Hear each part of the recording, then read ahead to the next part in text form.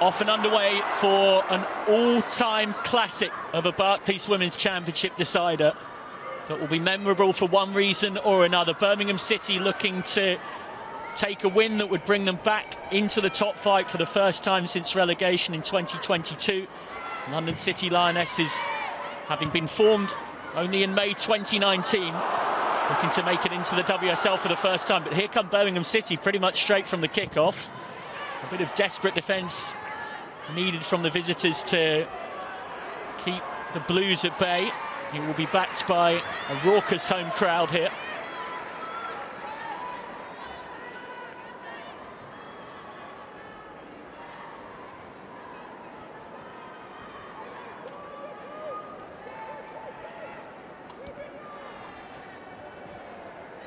Neville looking for options from the throw.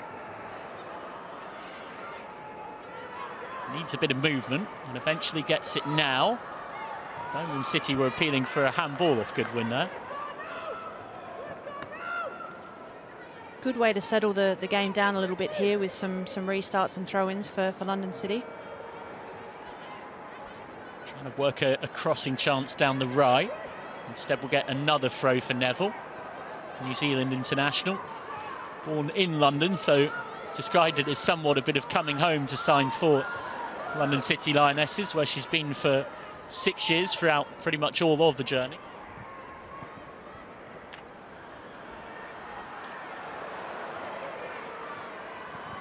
Now you can hear the home crowd are desperate to get involved at any opportunity, but it's a good start from the visitors here.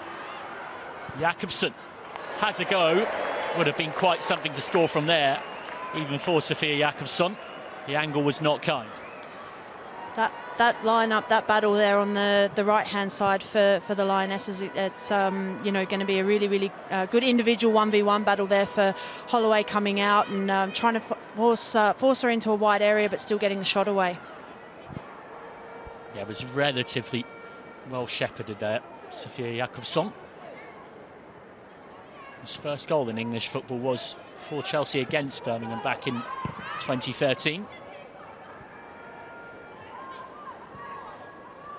Clips it on. And then hurriedly put into touch by Emily van Egmond. Signed as a mid-season reinforcement in January, having previously been with the San Diego Wave and various clubs, predominantly in the NWSL and in Australia, as well as briefly with West Ham.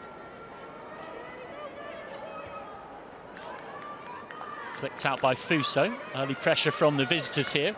We come in with a very good-looking form book, just one loss in 14 across all competitions, and that was 2-0 defeat to one of the strongest teams around in Arsenal back on the 9th of February in the FA Cup. Goldie goes a little more direct, nicely taken control of. Jakobsen couldn't quite get onto the through ball though. Now Birmingham can break all of a sudden. Link-up wasn't quite there to get Gwynwyn Lee onto the ball. London City are overloading this right-hand side a little bit more than they are the left and flattening off. It's almost looking a little bit more like a back three for them, with the left back tucking in and allowing you know, more numbers higher up the pitch on the right-hand side. Yeah, it's fascinating to see how that tactical battle develops, particularly in the modern era. You often see teams make mini changes of formation every 10 or 15 minutes to adjust to what they see. You can see the two coaches down there, Jocelyn Pressure of London City, who's been there since June 2024, a 3-year deal for the ex-Paris Saint-Germain boss. He also worked at Chinese Super League club Jiangsu Suning, won 4 trophies in his first season, but left a year later. Lee forced back. Now Cook thumps it upfield. Dealt with by Saki Kumagai. And now Imoran. That's a nice pass between the lines.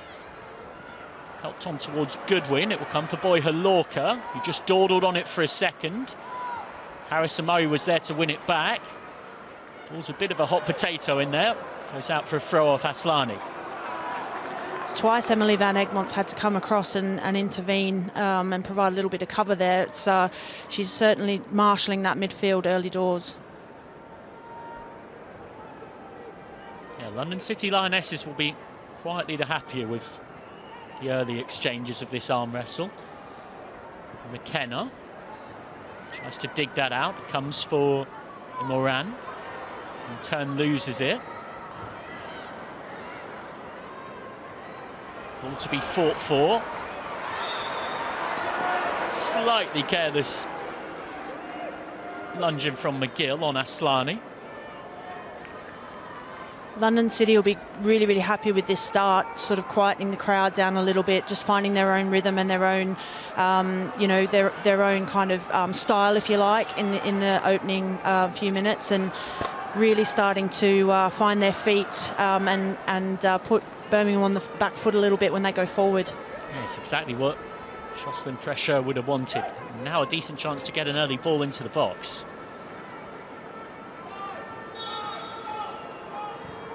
Aslani instead, having loaded the box up, goes for a short 1-2. And the Lionesses content somewhat just to work the ball around in possession instead. Jakobsson.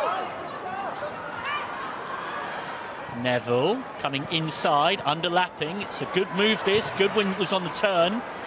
Good sense with her goal scoring form at the moment. She was eyeing the chance to get an early shot off. Didn't quite happen. Lee, suddenly there's space for Birmingham City on the break. Teasing ball through. Emily Orman can come out and gather. Good start position there from Orman, just anticipating that ball in behind and making sure she was in a position to come and collect that and cut it out before Birmingham were able to get on the end of it. It was good vision from Min Lee without quite the execution she might have wanted, albeit was trying to slightly thread a bit of a needle.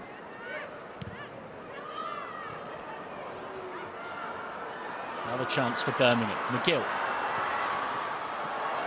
might still get there. McGill does get there. Keeper's out of position. Lee trying to bundle it in. Almost, but not quite. Nervous moments for Emily Orman, who ended up nowhere really. I've given her the commentator's curse, I think, there. You know, such a good bit of play and anticipation in the first moment, and this little bit here, Simone does really well driving into that area, but I'm not sure that Emily Orman needs to come out there, and fantastic last-ditch defending in the 6-yard box there. Great persistence from McGill to get there ahead of Neville, and then thankfully for London City Lionesses, there is enough bodies around Gwynmin Lee to smother the danger. Birmingham City looking to get back into the WSL. It is easy if you're slightly newer to women's football to forget the pedigree that they have.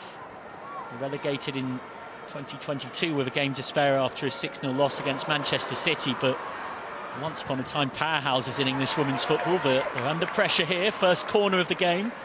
They come to the London City Lionesses thanks to good work from Aslani.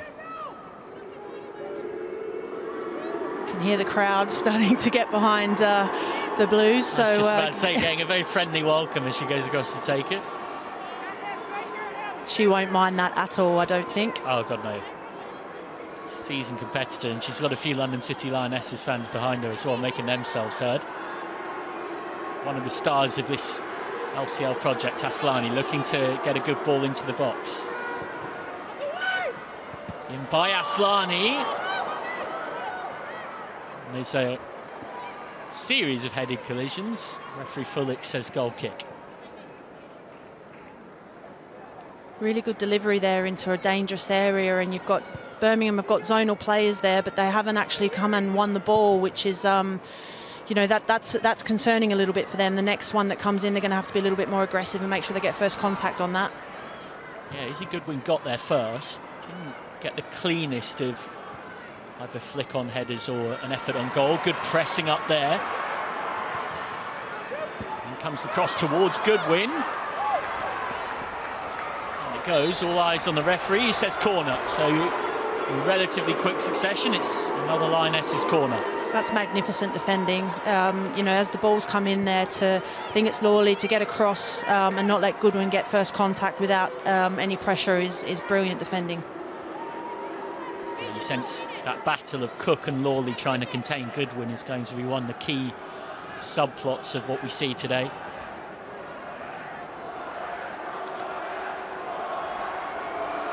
What can Lionesses make of the set piece? Plenty waiting to attack it, and it comes from Aslani. It wasn't the best delivery this time, didn't beat the first defender, but she'll get another chance. And it comes again from Aslani. Lawley's there. Now Fuso trying to break with that trademark pace she's so well known for. It's well marshalled by Rodder. Birmingham City forced to go all the way back to Adriana Franch, another relatively recent acquisition, signed in March. Surprise signing as cover for Thomas's season-ending injury. Kumagai. Foul on Imoran.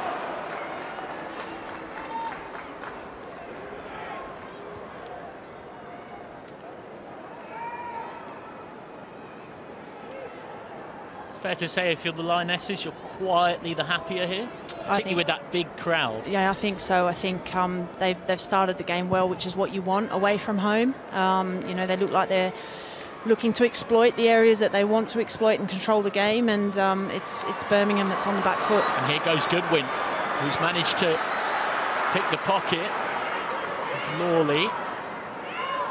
Jakobsson decides to shoot, didn't really catch it cleanly. Now Birmingham can clear. McGill has been in fantastic form recently. It's just held up a little. Brings others into play well. Harrison Murray. Harrison Murray was back in there fighting for it, but instead the Lionesses can clear. Boyhalorka. A tricky feat to keep it from Chantal Boyhalorka. Everton Academy product. He spent 8 years there and then coupled with Aston Villa before joining the London City Lionesses. Forward from Allman. Gathered easily enough. And now Birmingham City trying to build. Flicked out by Boyhalorka.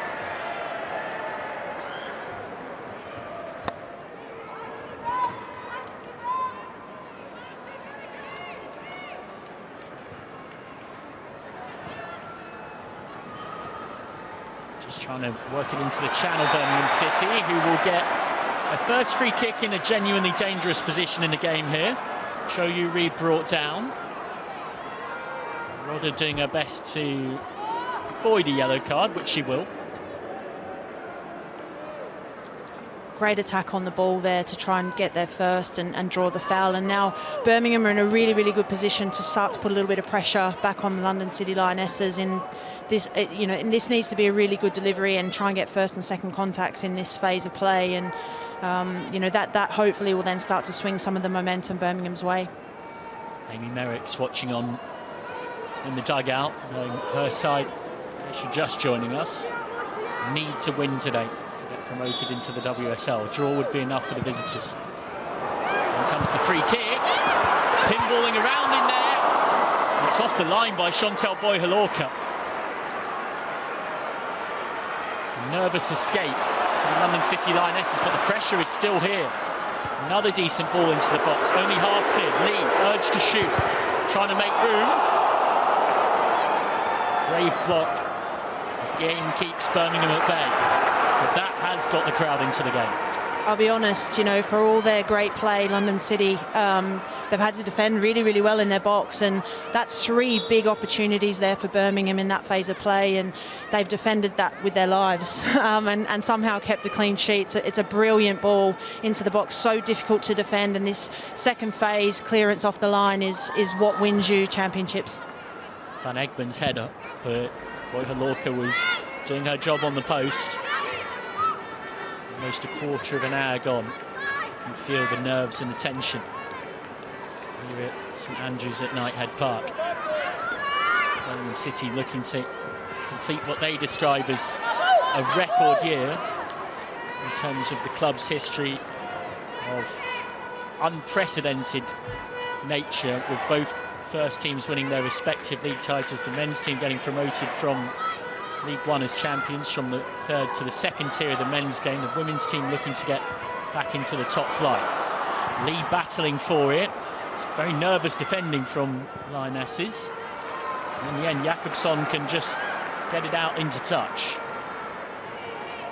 Suddenly a sense of momentum for Birmingham.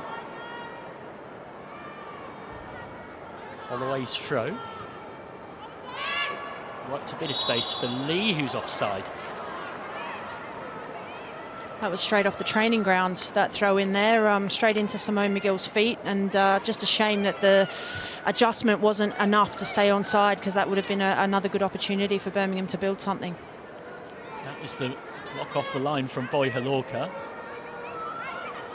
Was a relatively slow looping header from Van Egmond. If Boy Halorka was not there, there was a chance Orman might have got across to save it, but I'm sure she was pretty relieved to see her defender next to her doing her job.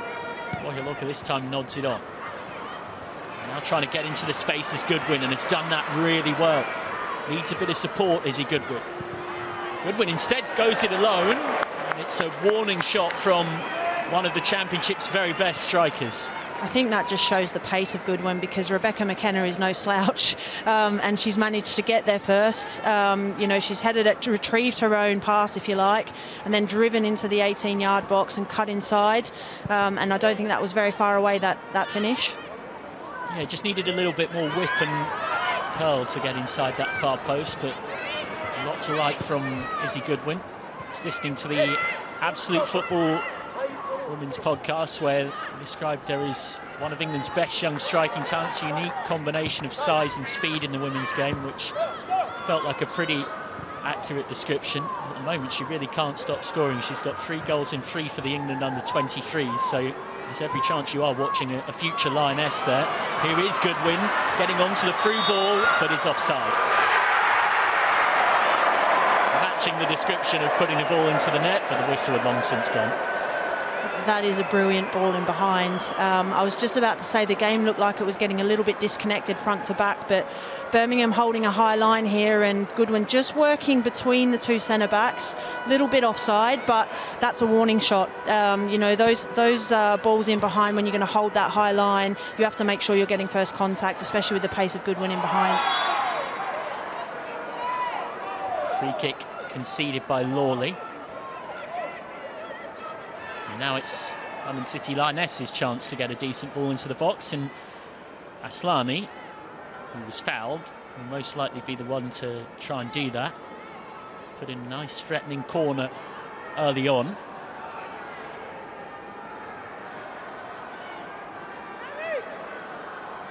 Certainly someone who relishes the physical battle, Kosovori Aslani. She grew up playing ice hockey. That's certainly something that builds you for any physicality you'll likely get on a football pitch. Tanya ought to be smiling knowingly next to me. Here's Aslani to deliver. It is a decent ball in. And it goes all the way through without getting a touch off anybody. I need to watch that back, but it looked like Emily Van Egmond was very aware of what was going on behind her there. Didn't feel the need to get first contact on that header and clear it out and just let it go out for a goal kick. But another really good delivery from Aslani into the box, and Birmingham have to sort of stop giving away those free kicks in dangerous areas, I think. Well worked by Birmingham City, having gone short from the free kick. What a beautiful move. This is turning into Fuso on the break. Has options left and right. It's gone for Lee. It's Gwynmin Lee. It's still Lee. Emily Orman has to make the save. Just slightly slipped Gwynmin Lee. She was about to make contact, and that probably cost her the opportunity to not make Orman work a little harder.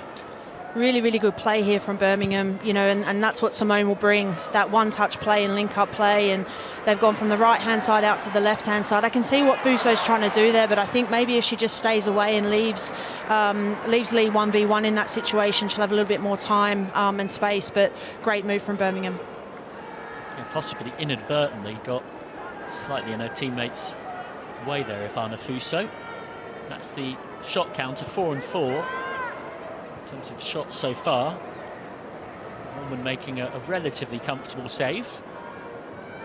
Both keepers have had things to do without necessarily having to make a particularly spectacular save to keep it 0-0 so far, with 20 minutes gone. In a game that has everything on the line. A WSL spot, no less, decided today.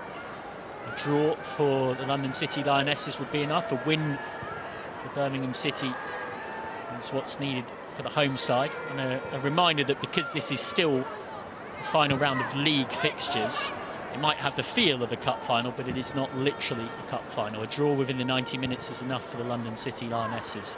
We've got more than enough tension and drama today without needing extra time and penalties.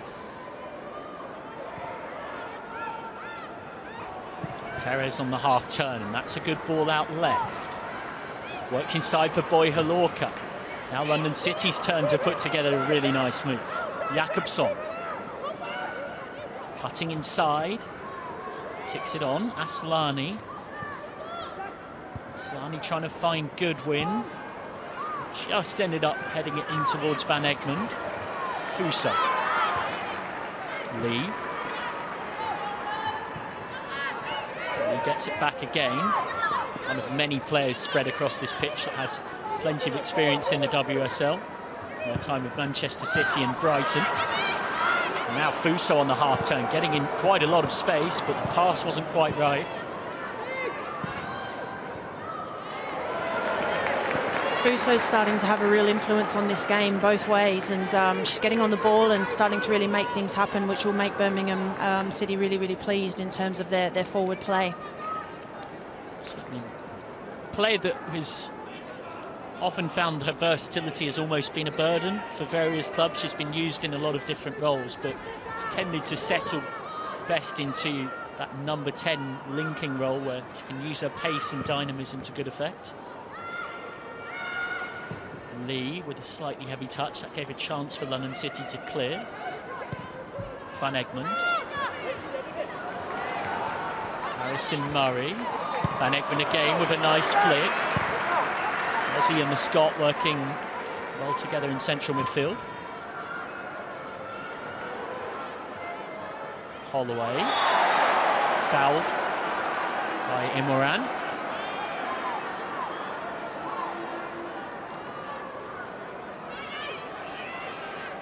Well worked there by Birmingham from one side to the other, trying to control possession, and it does look like Van Egmont's having a great old time in midfield there with the back heel. The back heel is coming out for party tricks, but controlled possession there from Birmingham, and that's what, you know, Amy Merricks will want more of that. She'll want them to control with the ball a little bit more. Midway through this first half, Birmingham City hunting the breakthrough.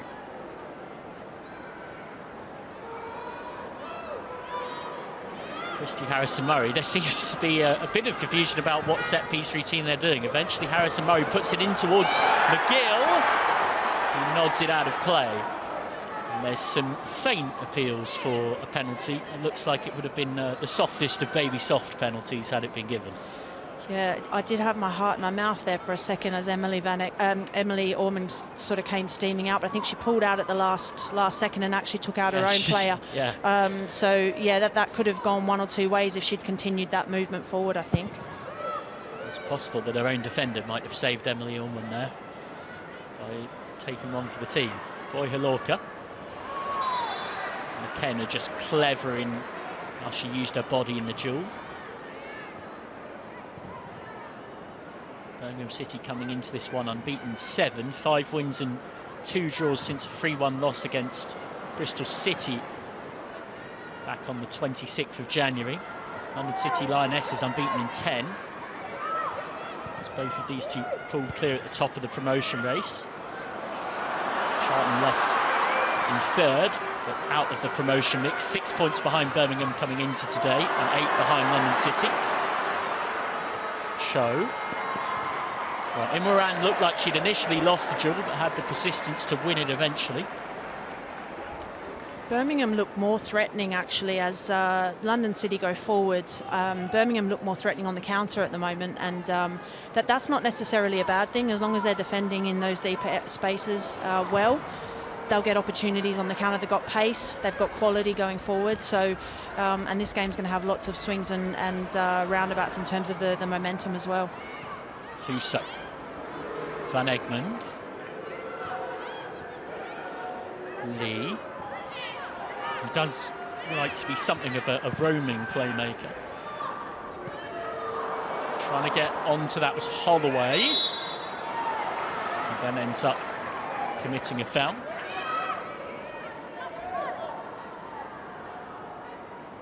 Rebecca Holloway, you never needs a second invite to be up and down that left flank. Northern Ireland international, of course. Same from Racing Louisville in the NWSL back in 2023, a second spell in Birmingham. Amy Merrick, you sense, would be marginally the more content coach so far? She'll be happy with the way her team's responded. I thought London City started the game better. I think Birmingham looked a little bit nervy, but she'll be happy with the way they've settled into the game and some of the chances that London City have had to defend as well. You know, they've I think, from what I've seen, that Birmingham have probably created the more clear-cut chances in terms of London City having to really defend their 6-yard box. So she'll be happy with that. I'm sure there'll be some tweaks she'll be looking at making, but yeah, she'll be happy with the way they've settled into the game. Birmingham looking to create a game, but won by Grace Neville. Bouncing ball there to be won. Jakobsson has won it. Flicked forward, bit of space in the wide channel for Aslani. Helps it on. Jakobsson can cross. Goodwin was in there fighting for it. One back thanks to some strong defence from Arsenal loanee Taya Goldie. Played for the England under-23s 2 lots of 90 minutes in the recent international break against Spain and Belgium. I know she's someone that Arsenal have kept a very close eye on, monitoring that loan, and they've been really happy with how regular a player she's been in this London City Lionesses side this season. Aslani, Jakobsson is offside. It's another great example of, you know, how the loan system can really help develop players, and you know, it's important that they get minutes. It's important that they get those opportunities to make decisions, you know, week in, week out, and you know, that's how they develop and grow younger players. And you know, to see the likes of Arsenal, you know, loaning out their players to be able to do that. I know Chelsea's another one that likes to do that sort of system as well, that loan system. So it's good for the game, and it's good for the quality that we obviously see on the pitch for today's match. Yeah, it's definitely something that's become more and more commonplace in recent seasons in the Championship. There's obviously an importance in managing a loan in the right way such that it works for both parties. Long ball forward towards Goodwin. French comes out and claims. Lawley. Lee. Sent cross field, somewhat errantly. Fuso wanted it. Lawley's been really impressive in the first sort of 28 minutes of this game. There's been a couple of interceptions she's had to make, a couple of really deep crosses she's had to defend as well, and obviously they're just building from the back. She hasn't put a foot wrong yet. Just asked to go a few yards further back, Neville.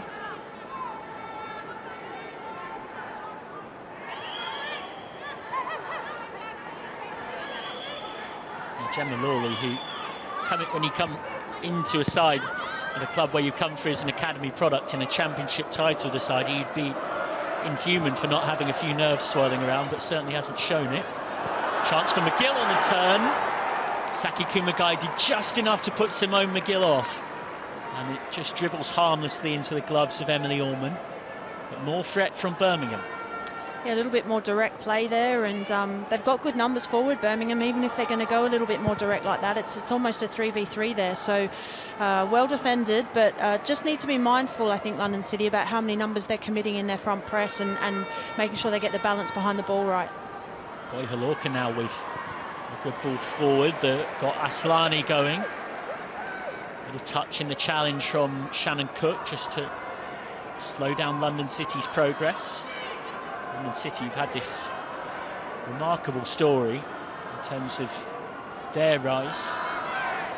only formed in May 2019. As a breakaway club from Millwall Lionesses a year after they narrowly avoided bankruptcy.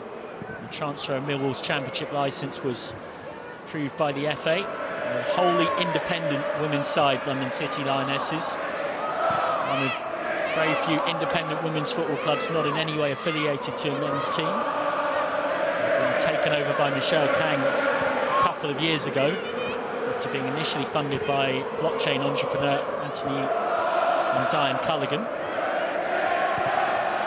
Lawley.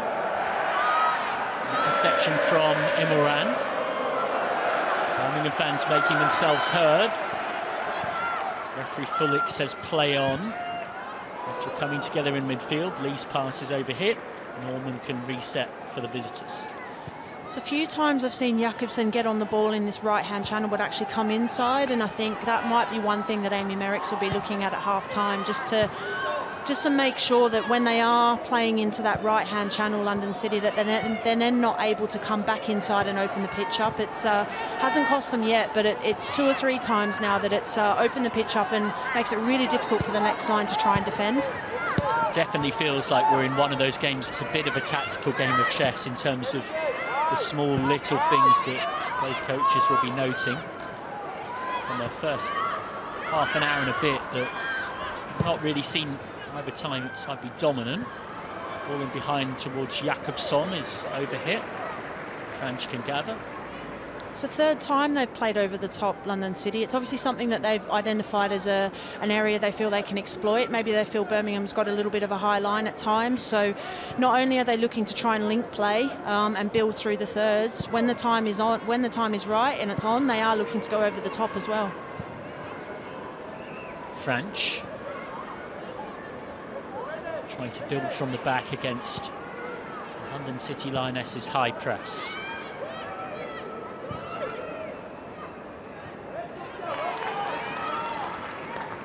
And one off Jakobson.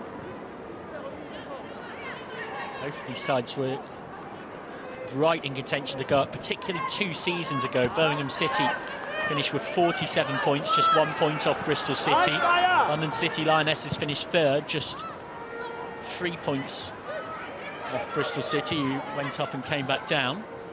And this season find themselves 6th coming into today. It's a tough gap to bridge, and one of these sides will get the chance to try and do it next season. Good sliding challenge from Van Egmond. Cho runs out of room, goes down, but it's not a head injury, so on we go. Birmingham City effectively playing with 10 here, but content to keep going. Lee. McGill is dispossessed. Ball clips forward, and now the home side will put it out. Van Egmond is really controlling sort of those central spaces in there for Birmingham, breaking up play when it's needed. I think we spoke about it earlier that there's a couple of opportunities there where she's really had to, step in and break up play, but also trying to build as well and get control of the ball when it's needed. And she's really started the game exceptionally well in there for Birmingham. Just seemed to turn her foot awkwardly in the turf there, Cho Yu-Ri. There was no contact from a London City Lionesses player when she appeared to sustain the injury. You just hope that it's not one of the particularly nasty knee injuries that you could see a player get in a situation like that. It gives a chance for both teams' coaches to pass on tactical advice. Jocelyn Pressure, someone who has plenty of experience as manager at Changsha Suning and Paris Saint-Germain, looking a little higher up the London City Lionesses hierarchy.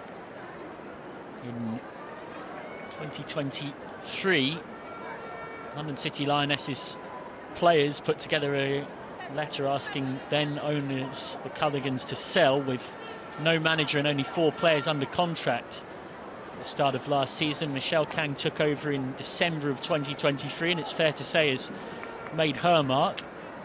This season, London City Lionesses moving from Prince's Park in Dartford to Hayes Lane in Bromley, and also buying Cobden Park, a 28-acre site in Aylesford, Kent, with the aim of developing a world-class training facility there. For now, Cho Yu-ri limps off. Birmingham City will have to quickly assess whether they want to bring someone on. The injury is one that she can come back from.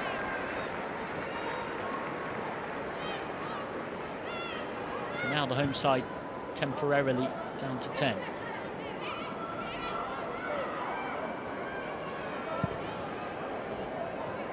Lawley. Errant pass picked up. Foul on Neville. Birmingham were looking to build in a back three there with Van Egmont dropping down in between the two centre-backs, and Lee drifting out into the wide area and Holloway going higher, but the risk of that is if you give it away that you're quite expansive and quite open. So whilst the structure looked good, I think then the execution, they just need to be mindful, Birmingham, because they've given away another free kick now in a dangerous area. You know, they've already had to defend 2 of these. Cho Yu-ri doesn't look 100%, but is back on.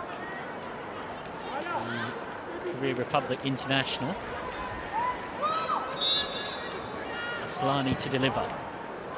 Slides it short. It's a clever ploy. Jakobsson. Straight back to Aslani. London City find themselves where they started. Neville. Imoran. Aslani. Jakobsson. Tries to put a driven cross in, and a good block by Holloway. It's interesting, a notable pattern here of London City Lionesses setting up to put free kicks into the box and then working it through a series of passes instead. Yeah, they're trying to disrupt Birmingham's structure, I think. They're looking to try and come down the sides and hopefully affect their line. And by doing that, you know, give yourself a little bit more space and possibly get yourself into 1v1 positions as well.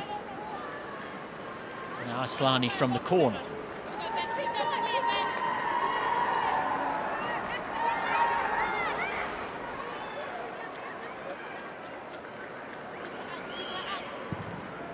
Aslani set piece, floated in. The player that London City were aiming for at the far post went down. Now it's Boyhalorka. Deflected cross. Strike on the turn, bobbling around. Goodwin was in there, sniffing something. It ends up in the gloves of French.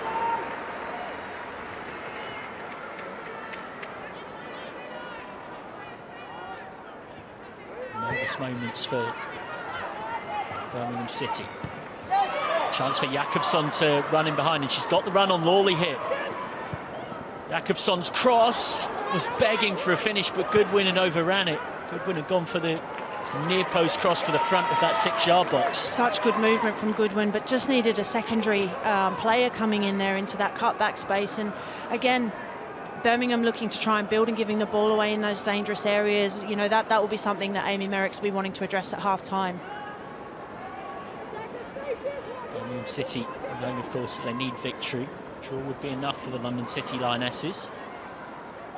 Haven't lost since 3-2 defeat at Durham back on the 17th of November when it comes to the league. They actually lost 2 games in the space of a week because they lost 2-1 at home against Birmingham City in the reverse fixture between these two.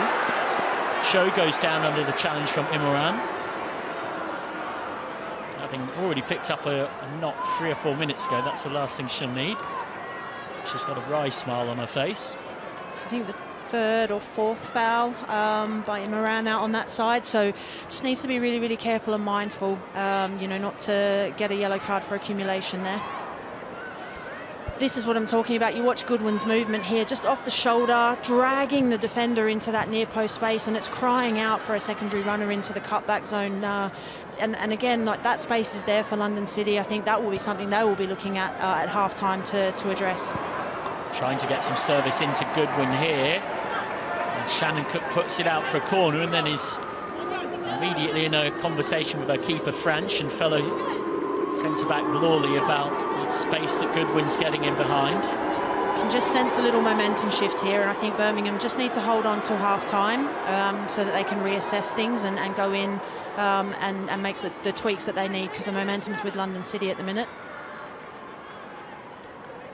Definitely takes some of the sting out of that home crowd potentially for the visitors if they could score first. And of course Birmingham City needed to win but then need to find a minimum of 2 in reply to get themselves into the WSL next season.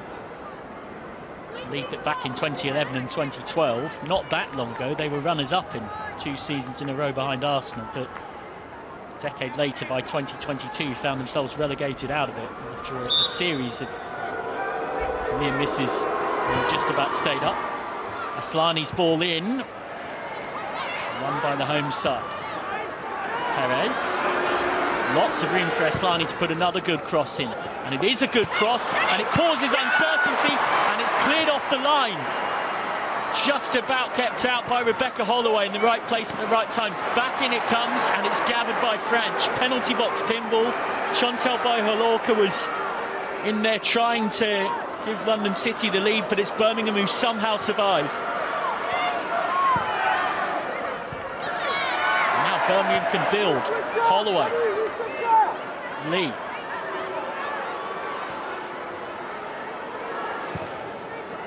Harrison Murray with a little too much on it. And there's a moment for everyone here in Birmingham to take a collective draw of breath as the tempo ups here.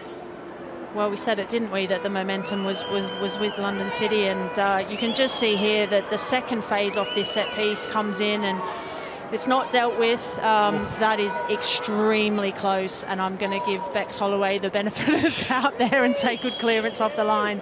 But as that ball is delivered in there, Birmingham have no idea where their players are. You can see that they're scrambling and they're trying to get themselves back into positions, but they cannot see the ball and they cannot see their player, and I think that is why that confusion happens. Reminder, no goal line technology in the Barclays Women's Championship and for this game. So the refereeing team will not see those pictures. Here's Goodwin, good save needed by French. Birmingham City under real pressure here, and it was Izzy Goodwin, who can't stop scoring at the moment, who forces a very decent save. Birmingham's relatively new recruit in goal, Adriana French, who keeps it at 0-0. It's a great ball through here, great run off the shoulder, has to be tracked, and a brilliant stop. And this is what we're talking about, you know, we're 3 minutes out, plus obviously stoppage time from half time, and Birmingham have to hold on here and go in, 0-0, because they've had a couple of warning shots now, and they need to make sure that they are solidifying until half time. Aslani's corner. More London City pressure. French came and didn't get there, and it's headed wide by Boy-Holorka, who's visibly furious with herself. I think that's twice now that the goalkeeper's come, but actually hasn't been able to affect that first phase, and you know, she'll be disappointed with that. She'll want to get that on target. Created some really good space for herself there, but I think Cook does really well to get body contact there as well, and kind of at the last minute try and put her off a little bit, as you know. So credit from the defending point of view, but again, you know, Birmingham I think will be very, very pleased to see the half-time whistle, just to gather themselves a little bit. An intriguing contest here. London City making the better start of the two. Birmingham City then coming right back into things and having a very good spell of their own. But it's Jocelyn Pressure's London City who are finishing this first half. The stronger team thus far. But they've got an injury concern here that has brought a slight delay here. 2 shots on target each broadly reflects the fact that it's been quite the arm wrestle. Both teams have had their moments. And you will expect that there will be more fluctuations in momentum as well, and that's why we say, at the moment, obviously London City have got the momentum a little bit. Birmingham have to ride the wave out, give themselves an opportunity to go in at half-time, and, second half, I'm sure we're going to see some more momentum swings. That's what big games do. Taya Goldie down with a knee concern. Hopefully that's nothing too serious. And she was on loan at Watford in the second tier 3 seasons ago. She had a bad ACL injury whilst there. Thankfully, just looking at the way the medics are dealing with it, doesn't seem quite that level of concern, but certainly not ideal for the Arsenal loanee, who is making her 23rd appearance in all competitions this season. She's played in all but 4 of the league games, the vast majority of those as a starter. Just doing a few stretches in relation to the mobility of that knee. Of course, has the tiny silver lining of the fact we're so close to half-time that if she can get her way through to that milestone, then physio can do 15 minutes or so more work in the dressing room.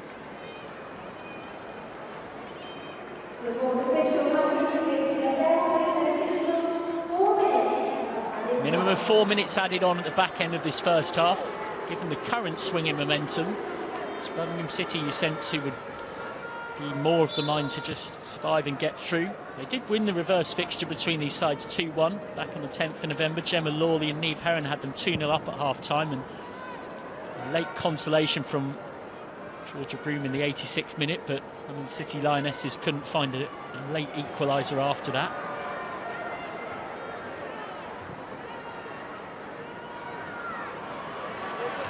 Sliced out of play. Another chance for London City to build.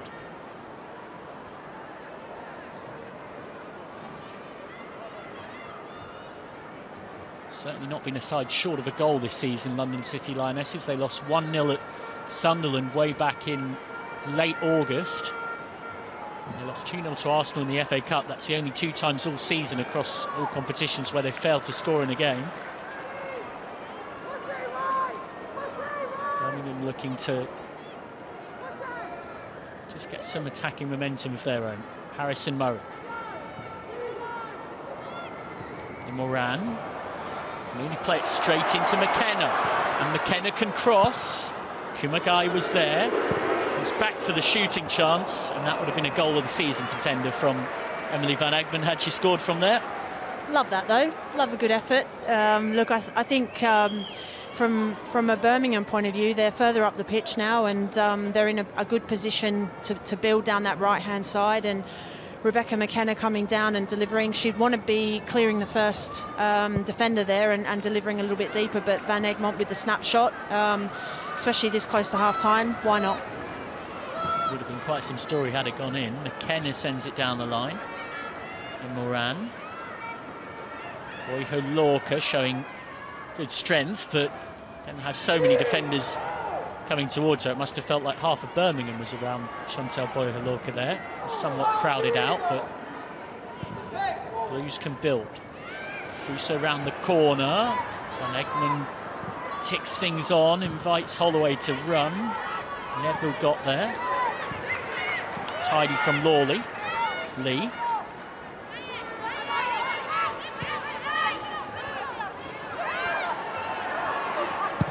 Neville with the challenge.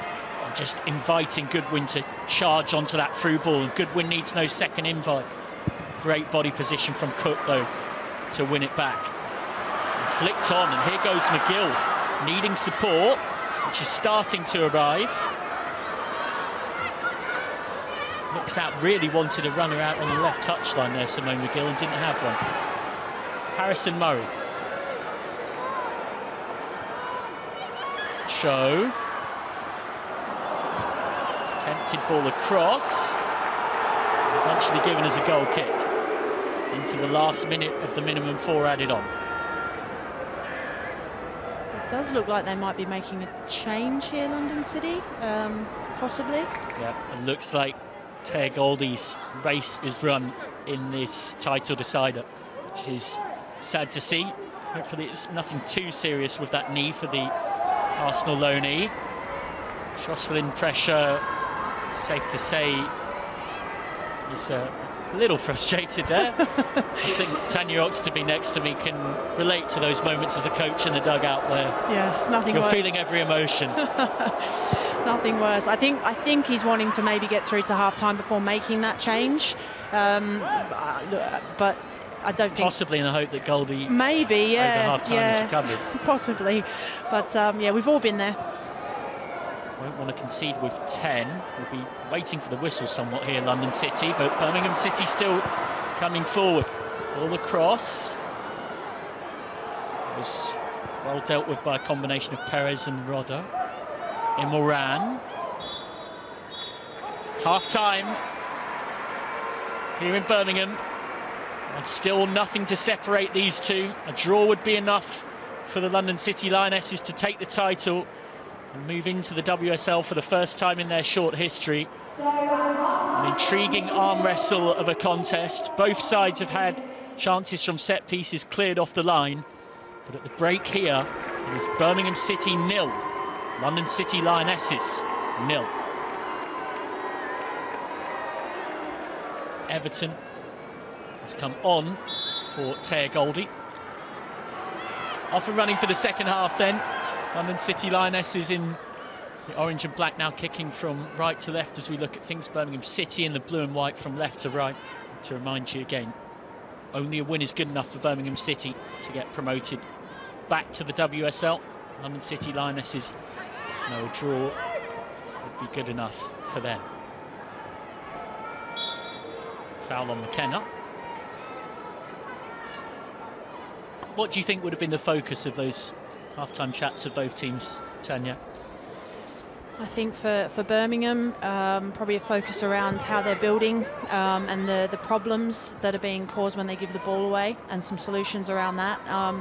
If I was Amy Merricks, I'd be looking at their kind of right-hand side and how they can look to exploit that, because I think they've had a fair bit of success in that area as well. So, and for London City, I think, you know, they'll be thinking about how they can exploit in behind Birmingham, because they are holding such a high line. And continuing to defend the way they have, because that's really, really important for them. They only need a draw. Chance for London City from distance. What a goal from Izzy Goodwin. Absolutely incredible. She can't stop scoring at the moment, but even by her incredible standards, that is out of this world. In this Barclays Women's Championship title decider, the London City Lionesses, who only need a draw, are in front. Wow. Just wow. I mean, she's got so much to do when she picks this ball up here in the left outer corridor. She drives inside. We spoke about that in the first half, not letting them come inside, and that is some strike across her body, top left-hand corner as you're looking at the goal. And you know that, as I spoke, saying they only need a draw, she goes and pulls that out the top locker. That is a brilliant strike. It's the 16th league goal of the season for Goodwin, and 18th across all competitions. It is an unsavable rocket from Izzy Goodwin that means Birmingham City have it all to do. Well, let's see what they've got now in their locker, Birmingham City, because this is where your backs are against the wall. You know you need a win. You're going to have to go for it now. You need 2 goals in this half of football, which is not beyond them, given their form and kind of how they've gone about their season. But they're going to have to regroup quickly. Well, they did win the reverse fixture against London City 2-1 back in November last year. They beat them twice, 1-0 in the 2 league encounters last season, but they're going to need to do it the hard way here. Booking for Emily van Egmond.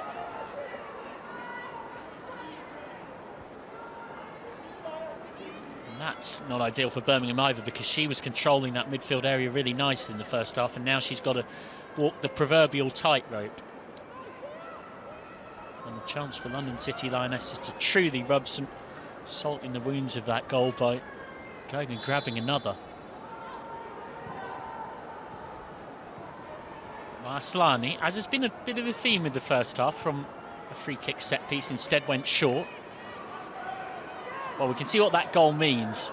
Doesn't change who would be taking the title, because a draw was enough for London City, but what it does mean is that now Birmingham City have got something of a mountain to climb, because they've got to come from behind and win, albeit backed by local home support. They've been slightly quietened by that Goodwin goal. You can see from their free kick setups that London City want to play short and try and maintain possession, which is a theme of their play, isn't it, in terms of the way that they want to go about their football. And they're not willing to just sling it into the box. They want to try and exploit and disrupt Birmingham, especially in those wide areas, and see if they can look to exploit an opening that they create for themselves. Boyha Lorca. Great ball in behind, and London City with another chance, a slightly heavy touch at a crucial moment from Sofia Jakobsson. but still there for a chance, and Franch makes the save. More pressure from the visitors. Birmingham just need to stay calm here. They've got plenty of time to get themselves back into this game. They just need to stick to their process and what they're trying to do, and make sure that they start to build through the thirds a little bit more and get control of the ball. Just to confirm, it was Gemma Lawley who went in the book.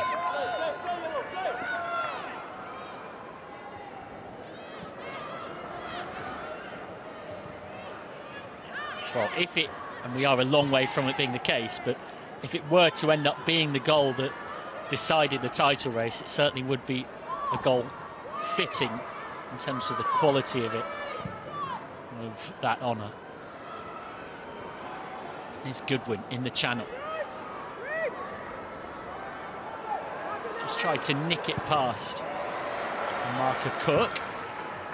Moran is there, missed kick from Van Egmond. So somewhat nervous Birmingham City side at the start of this second half. In Moran. Back with Kumagai, who will bring bucket loads of experience from her career in terms of managing situations like this. Signed from Roma in January. Both of these sides were pretty busy in the mid-season transfer market to try and consolidate their promotion pushes. And it's definitely contributed to both teams ending the season pretty strongly. Played forward, won by Lawley.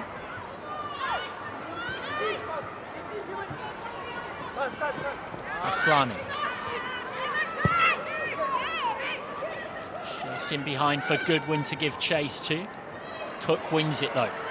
Will try and set Birmingham City on the front foot. Lee battling for it. Cook's been brilliant back there.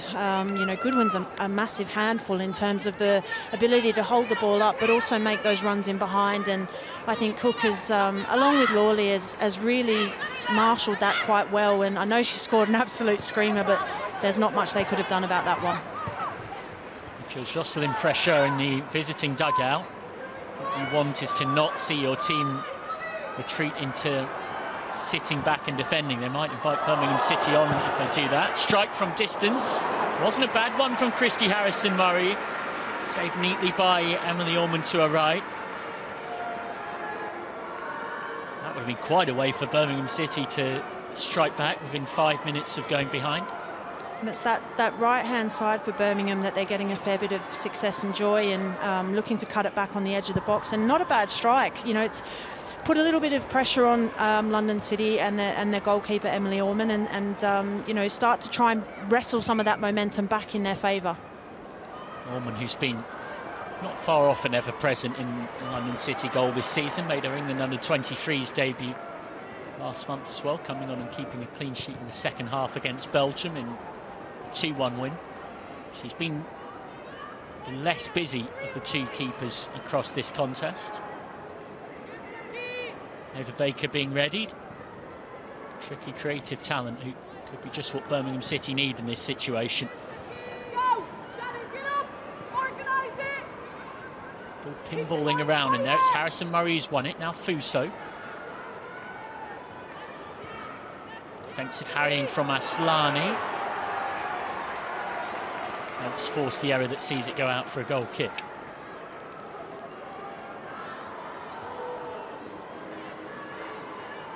And there's a long way to go in this game. I think we're going to see a lot more swings and momentum shifts, and Birmingham just have to try and you know, stay true to what it is that they're looking to do, and bringing on some players here with some experience but also some electric energy as well. And Lucy Quinn being readied as well as Baker.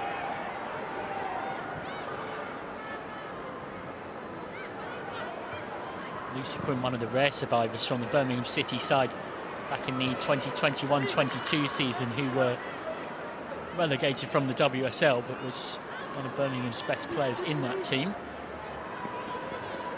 Republic of Ireland international as well.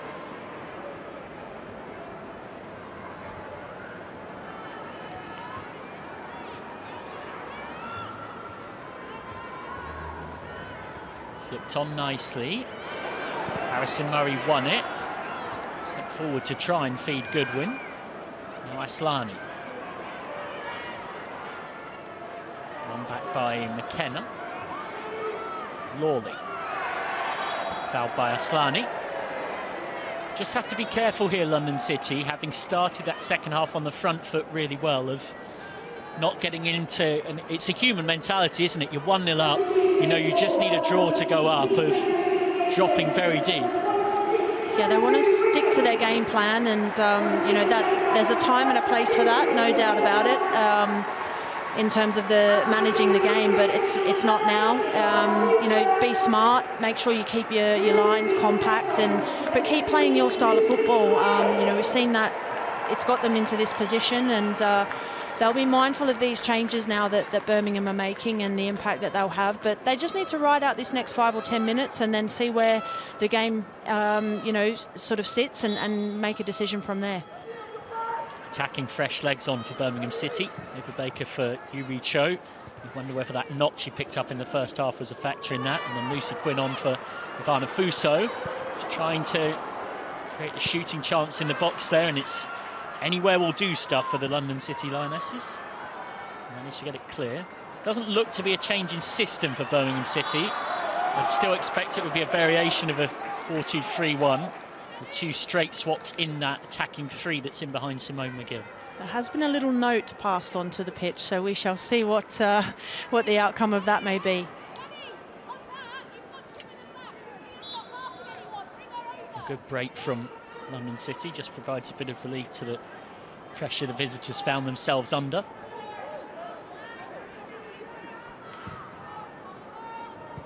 Ball in, comes off the head of Boyhalorka. Single take for French.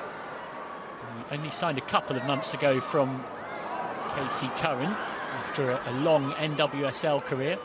NWSL goalkeeper of the year twice and a World Cup winner in 2019 with 10 caps for the USA. It was the kind of signing that certainly raised a lot of eyebrows. Shows intent from Birmingham, doesn't it? A signing like that, you know, in the January window, and at the end of the day, obviously they had an injury concern and they felt they needed depth in that area, and to be able to bring a player of that quality in it says a lot about the vision of the club and obviously the resources as well.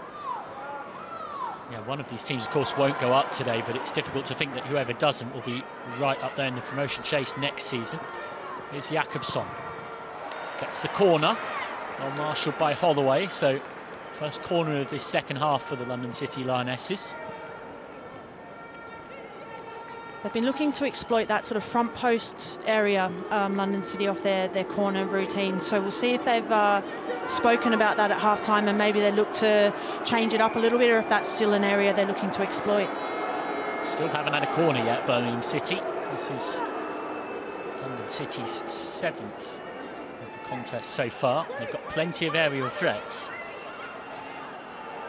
Megan Campbell, who's come on at half-time for the injured Taya Goldie, is one, as well as Boyhalorka and Goodwin. And it comes from Aslani towards that near post again. All eyes on referee Felix, who says another corner. It's interesting matchups there in terms of who's marking who in the Birmingham 18-yard box. It looks like, I think Simone McGill has Goodwin.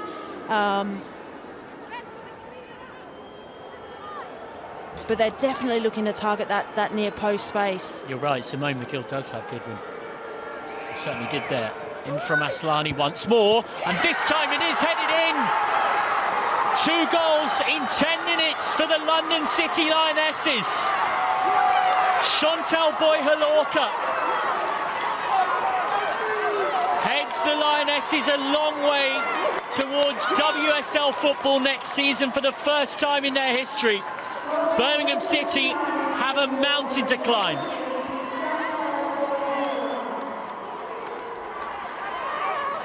We spoke about the spaces that they were looking to exploit. I think that one went a little bit deeper into that sort of middle section of the 6-yard box, a little bit more lift but completely unmarked on the edge of the 6-yard box. You know, and both of the Birmingham players got dragged towards the ball there, and it's a fantastic header down into the corner. The goalkeeper's got no chance, but again, we spoke about the marking just before that, and both players there for Birmingham, I can't see who it is, but both players there got dragged, ball watching underneath the ball, and it's a free header on the edge of the 6-yard box. Well, Birmingham now desperate for a response. We said after the first goal there was a long time left in the contest. Penalty appeals. Well, Lee feeling like she was pulled back. Speaking as someone who is very much strictly neutral in the commentary box, it felt like it would have been a harsh one on the visitors had it been given on first sight, but you can have a look at the replay. If there was contact from Neville, it was very minimal. Does lay a hand across the chest. Yeah, I think in the context of the game and the fouls that have been given, that's not one for me. I think it's good defending and really good feet to try and get around, but yeah, I think the right decision there from the referee. There was a sense that whatever minimal contact there might have been on Gwynmin Lee, it was somewhat exaggerated to go down and appeal for a spot kick. It's one thing needing to score 2 goals in 42 minutes or so plus stoppages, which was the equation after Goodwin's spectacular strike. But now suddenly it is less than half an hour plus stoppages, and Birmingham City need 3 without conceding again. Here's Aslani. Moran. At this point you sense London City will be quite content to keep possession in areas like this and wait for Birmingham City to make their move. And well, Christy Harrison-Murray trying to lead the press there. She's kind of got her arms up to her teammates as if to say we've got to get out here. It's going to be interesting to see what Amy Merricks does here from a tactical point of view, because 30 minutes to go, you need 3 goals. It's one thing to press a little bit higher, but maybe there needs to be a bit of a shape change, and that'll probably be something they'll be discussing, obviously, on the bench. Pass back is not the best. French does well in difficult circumstances with Lizzie Goodwin charging at her. Harrison-Murray.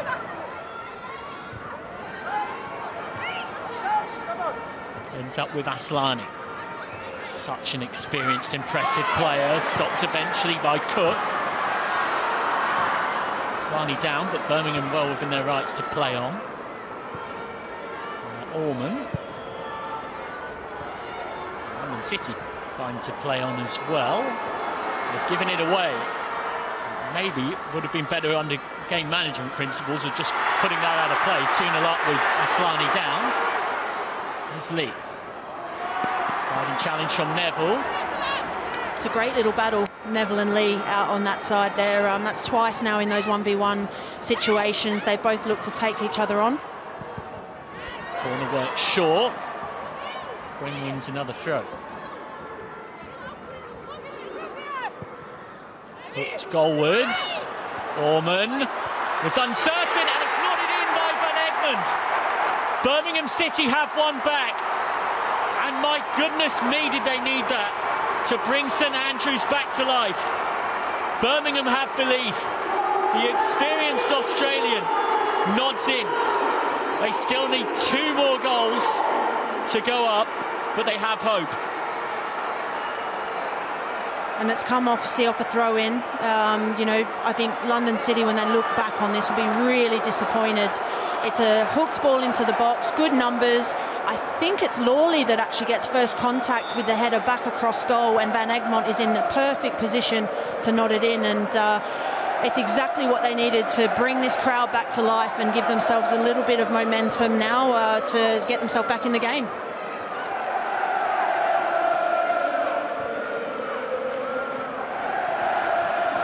Emily Van Egmond just 6 minutes or so after London City Lionesses had gone 2-0 up.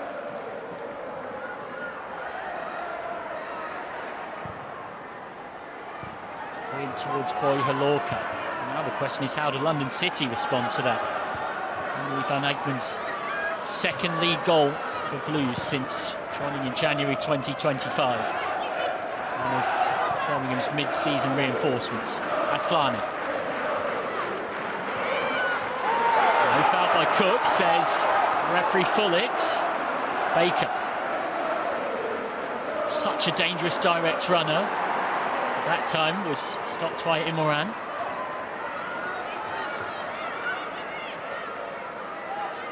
Reminded that despite that goal, it doesn't change the situation at the top of the table.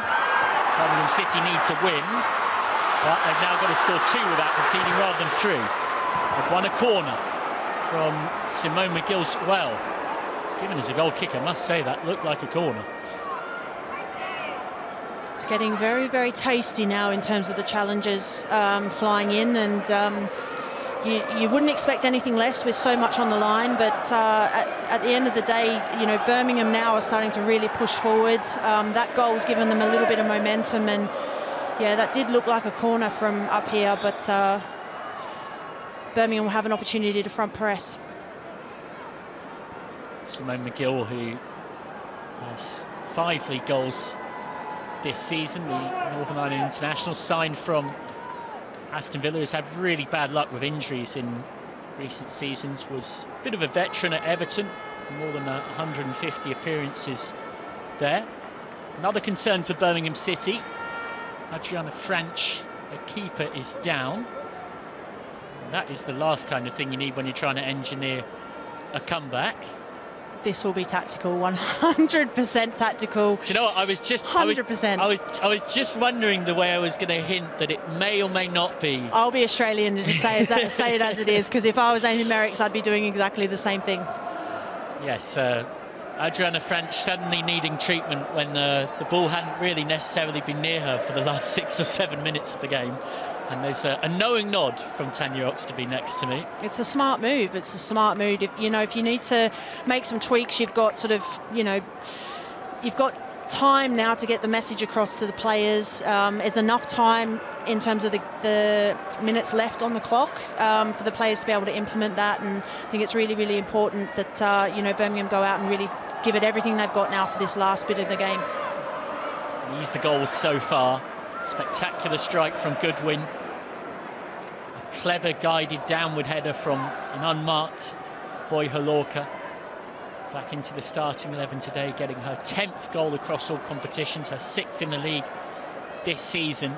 And at that point, with almost an hour gone, London City Lionesses would have rightly felt like they held all the cards and had all the momentum. 2-0 up, with them only needing a draw. But that goal from Emily Van Egmond, after a cross wasn't claimed by Emily Orman, has given Birmingham hope. And now here come Birmingham. Good save needed by Orman to deny McGill. He's known for being able to produce the spectacular. Now Lee. Hustled out for a corner. I do wonder if Simone McGill's dropped a bit deeper and Baker has gone a bit higher there in terms of the shape for Birmingham. She's got quite the collection of wonder goals for club and country over the years, Simone McGill, and she wasn't a million miles from adding another to it there. Birmingham's first corner of the game. Floated in, only half cleared. Baker lost her footing, hurriedly away by Jakobsson. Flipped forward, Emoran is there. Birmingham City throw. And Moran, Gwyn wins it and goes down. That'll be a free kick in a dangerous area.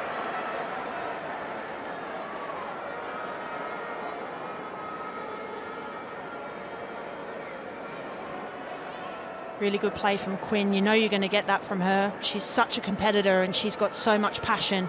You can see here Simone McGill getting a good sider on goal there. That'll build her confidence, and you want the ball falling to her in and around those goal-scoring opportunities because she's so clinical. In her second spell with Birmingham, was here from 2017 to 2019 and then re-signed from Spurs in 2021 and has been here ever since. She'll be desperate to make a difference, and it's over this set piece. We just want to get this kind of around that line of the 6-yard box, the kind of area where the keeper's uncertain of whether to come or not. and any touch off defender or indeed a Birmingham City player could take it in. It's Lucy Quinn trying to find an equaliser. It's a teasing cross, heads all the way through and out for a corner.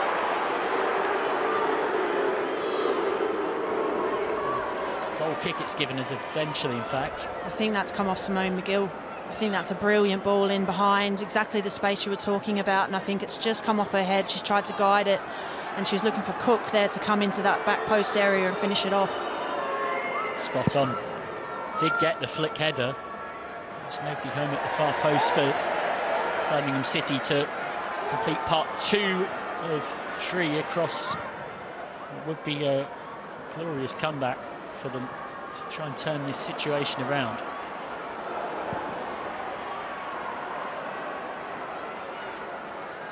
Kumagai in a tight space. One back by Birmingham City, who are behind in the scenario but definitely have the momentum right now. Cook. Quinn.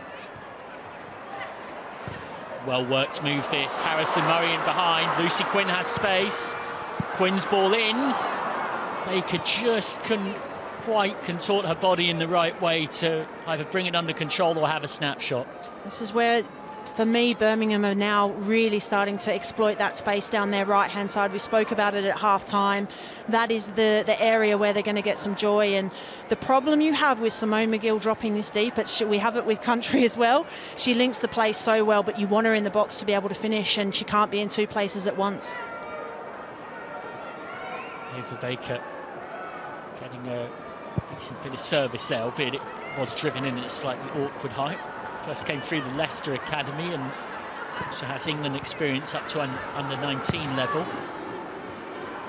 He's the kind of player that can help change a game for you. Game of head tennis. Ends up being whacked away. Boyha Lorca. Do you sense now that London City are in something of a mentality of just looking to hold out? You notice quite a few times players in pressure moments where previously they might have looked to play out from the back are just looking to get it clear, and that can just invite more pressure. Still quite a long time left in this game. Birmingham are definitely asking questions of them now, and you know, it's going to be a very long sort of 20+ minutes for them if they don't get control of the ball again. Sitting this deep, it's just asking for trouble. Lawley. This game has had many twists and turns, but right now it does have a little bit of a feeling of attack versus defence on some kind of training ground drill. That's not meant as a disrespect to London City, who've played superbly and had a great season. But they've got to be careful. Here's Quinn trying to make room, but that was not the right decision. It's easy for us to say from the commentary box, but there was options in the box for a cross there.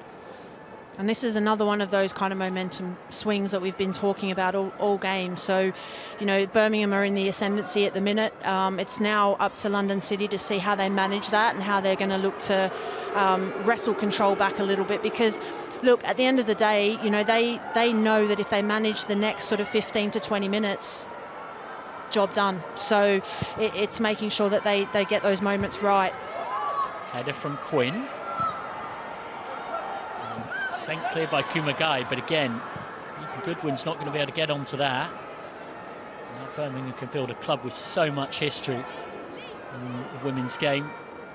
It's only just a little over a decade ago that they were Champions League semi-finalists under David Parker, lost 3-0 on aggregate against Swedish side Taresso, having beaten Arsenal 3-0 on aggregate in the Champions League quarter-finals. The year before, back in 2012, FA Cup winners in the final against Chelsea on penalties, FA Cup runners-up in 2017 and 3-time League Cup runners-up, but now scrapping just to get back into the top tier. And Moran wins the throw, and that will give London City a moment to breathe.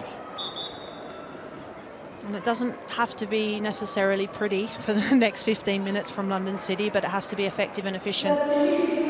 You know, and I'd be expecting Birmingham to be throwing the kitchen sink this last 15 minutes now, and we can see some changes coming in that might indicate that.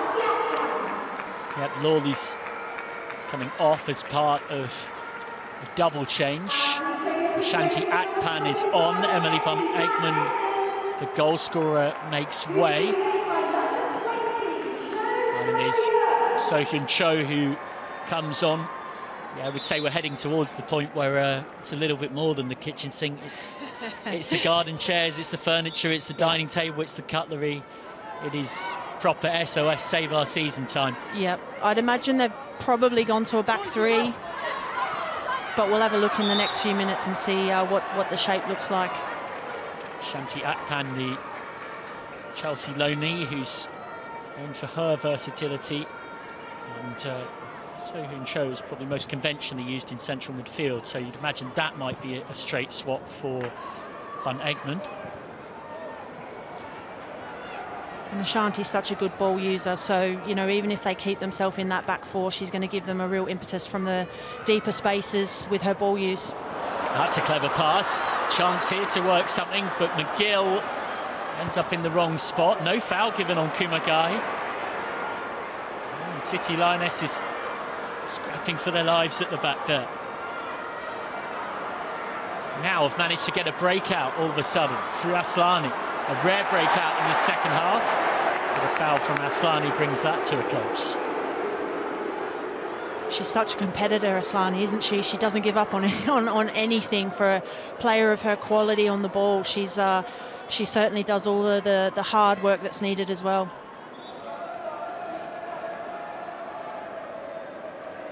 Finally a change coming for London City, and I say that because it is relatively rare, particularly in the era where both teams have the luxury of 5 subs each, which is one of the changes initially made in the COVID era of football that has stuck around, for one team to make 4 subs before another team makes any at all. That being said, of course, Taya Goldie came off for injury at half-time. Megan Campbell came on, but haven't made a tactical change at London City. I wonder whether that will change here, because the change was being readied even before this injury delay. So definitely both teams have got things to think about from a tactical and personnel viewpoint. Yeah, I think one of the Birmingham players has just come over to the sideline there while out of shot and got some instruction from the bench and is passing that back to the wider group, which you would expect, and I would imagine London City will be doing the same as well. And as coaching staff, any break in play that you can get information to your players, especially when it's such an important game like this and those fine margins really count, then yeah, I'd be using every last minute I could. Amy Merrick's Birmingham City side, knowing that they've got it all to do. There is, just to add to the drama when we get there, definitely going to be a big chunk of stoppage time. We've had substitutions, we've had goals, we've had a few injury delays, some of which my co-commentators have been all too keen to reveal. I'm not going to be asked back anymore. Cynicism about them. Giving away all the trade secrets. Plenty of the great and the good of Birmingham City watching on. Karen Carney and Hope Powell were in the widest shot there. Of course, club under relatively new ownership, and new ownership that has shown no hesitation in loosening the purse strings. I think the experience you get when you go to Birmingham, I've obviously gone and watched a fair few games there, and the experience that you get when you go to the women's games is exceptional, and it just shows the value they're placing on the women's game at that club. And it's great to see, because a club of that history and that standing in the women's game, to have owners that really back it and invest in it, it's really, really refreshing. And there was definitely a lot of concerns for people in that part of the world when they were relegated in 2022 about what might come next, but they've rebuilt relatively well and have been relatively consistently up or around the promotion picture. They finished 5th in their first season back in the Championship, and then last season they finished 5th. The season before that finished 2nd, and were just 1 point off Bristol City.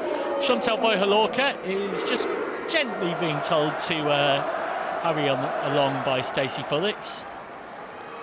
This was the goal from Boyhalorka that put the London City Lionesses 2-0 up. Her 10th for the season across all competitions, her 6th in the league. And you could see what it meant to her back in the starting 11 today, and it certainly made her mark. she made that finish look easy, but it's definitely not. You know, the timing and the ability to get that down into the bottom corner is something that requires a fair bit of skill and talent, and credit to her, she's finished that really, really well. Was away with Ghana during the last international break, having played at England age group level before switching allegiance to her parents' country. Ball in, and came off in Moran. There's some calls from the home fans for a penalty that very much more like it came off the chest. Hooked forward by Holloway. Dribbles out. Confirmation of those changes. Maria Perez and Chantal Boy-Halorka, the 2-2 have made way. Freya Godfrey and Charlene Mayong, the 2 to come on.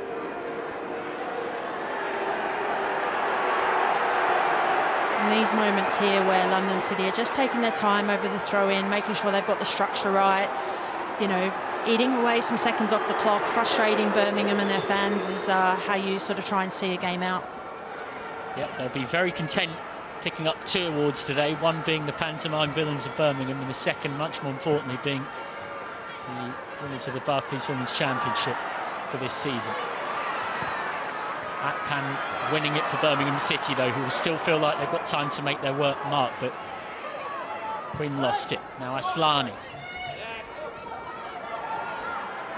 It'll be fascinating to see how all these subs affect the game as well. Freya Godfrey just getting her first touches there since coming on. I don't actually make it to necessarily be a change of system for the London City Lionesses. Godfrey on for Boy-Halorka in roughly around that number 10 slot, and then Perez off in a straight swap for Charlene Mayong in central midfield too.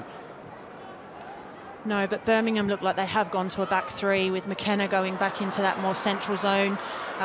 Bex Holloway going a little bit higher, and yeah, looking to try and send some more numbers forward. Birmingham City, just to remind you, need to win. Even a draw would be enough for the London City Lionesses. Came into today 2 points above their rivals. It really does all come down to this. And like a lot of title races, as most title races tend to end up being, no multi-screen needed. And it's the 2 title contenders facing off. Here's Goodwin charging through. It's Goodwin, saved by French. A really good, strong save to prevent Izzy Goodwin scoring her second of the afternoon and putting London City Lionesses 2 clear. And London City can afford to do this, get good numbers behind the ball. When they've got an outlet like Goodwin up top there, she picks the ball up, she drives, she's so direct, and a vicious strike that stings the palms of the goalkeeper. And again, corner for them, they can get their numbers up, get themselves organised and eat some more seconds off the clock. French is having a conversation with her defence, and Emily Allman is down. And Tanya Oxtoby is smiling and laughing knowingly alongside me. I'm not getting involved in this one. For those unfamiliar, earlier on in the piece, we were talking about and it is a discussed concept of something of a tactical timeout that he's given with a goalkeeper going down, and the benefit of it being the goalkeeper in particular is it gives you a chance to coach, speak to all 10 outfield attacking players at the exact same time. Got to take every little bit that you can, I think, in moments like this. And yeah, look, I think trying to get some more information across to the players. Goalkeeper obviously can receive treatment and doesn't need to come off, you know, and it just breaks up a little bit of momentum as well. Jostling pressure, passing on instructions. Penny for the thoughts of Michelle Kang, watching on. Kang, who also owns the NWSL side, Washington Spirit, and the 8-time Champions League winners Olympique Lyonnais Feminine. She's also looked to link the club sharing performance science and technology work, data analytics, global scouting and staff development under a label of the relatively recently created Kiniska Sports International Limited, which she's put a $50 million investment into. It's a non-profit that is also dedicated to improving the health of female athletes. I know they've done quite a bit of work around the prevalence of ACL knee injuries in the women's game. Louise Quinn is ready to come on for her final minutes as a professional footballer with her side desperately needing a heroine. For now, it's a London City corner. Aslani's ball in. Quinn can charge forward with the home crowd behind her. He's brought forward towards Baker, throwing off Neville.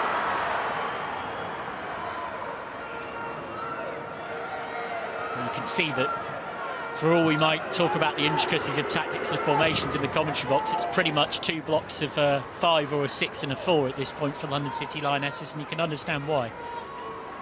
Yeah, it's about limiting spaces and making sure you're connected, and you know, the deeper you sit, you know, in terms of your back 4 or your back 5, the less space there is to be played in behind, and the more narrow you sit, the less space there is to be played through. So you know, it'll be interesting to see how well Birmingham can work those spaces to create opportunities for themselves. And with Quinn coming on now, I would imagine they're going to probably be a little bit more direct. I was just about to say, I imagine whilst she spent the vast majority of her career as a centre-back, Louise Quinn will be an auxiliary striker here. She is someone that does, for a defender, score a lot of goals.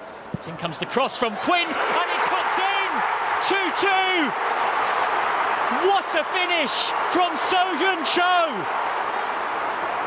Birmingham City have levelled it up, and they now know that if they can find one more goal, it is they who will be in the WSL next season. My goodness gracious me, what a finale we've got on here. The grandstand finish set up by a fine finish from So-Hyun Cho. And it comes from a throw-in again. London City will be absolutely livid with themselves, but Quinn, ball into the box, substitute to substitute, they've made an impact, they've come on, that's a fantastic finish into the top corner. And I'm not sure if Emily Orman could probably do a little bit more there in terms of getting on the end of it. I don't know if she was unsighted, but take nothing away from the finish, especially under pressure in this moment of the game. And look, Birmingham have definitely got the momentum now. So-Hyun Cho, the career Republic international, once of the likes of Spurs and West Ham, with plenty of experience in the WSL, more than 150 caps for her country. Comes up trumps. Confirmation of what that means. Still means that London City would go up as things stand, but now Birmingham City are tantalisingly 1 goal away from completing, my goodness me, the comeback of all comebacks. Lee, Baker, trying to run inside against Campbell. Cover was there in the nick of time, throwing off Lee. We're going to have a lot of stoppage time when we get there, because it's been a second half that's been a bit stop-start. Yeah, it'll be interesting to see what London City do here, whether they're going to make a change of their own and look to go into maybe a back 5 or something of a similar ilk, because they're going to have to really see this out now. You look at the players that Birmingham have got on the pitch, you look at the way that they're going to be looking to try and score goals, you know, with Quinn in the mix there in the 18-yard box for deliveries from wide areas, and I think they're going to need more numbers and bodies in the box to defend. 36 years old, So-Hyun Cho, more than 150 caps at international level, has been in the WSL for a long time, but he's not known in truth as a goal-scoring midfielder, it's fair to say. He's better known as someone that shields in front of the back 4, but that was right out of the top drawer. Yeah, really controlled finish across her body, just guided it into that top right-hand corner as we look at the goal, and wow, did they need that, Birmingham. You know, and it's game on now again for what will be probably a good another 10 minutes of this game, I would imagine. Oh, hold on to your hats, folks, because we've got plenty of time left here. Don't be fooled by us being into the 89th minute. All eyes on the 4th officials board. We've just had a delay for a minute and a half as well, where the referee would have been keeping note. Rafia Imoran is off with cramp, so to add to London City's troubles, they're down to 10 here. Megan Campbell putting that well-known long throw to good use.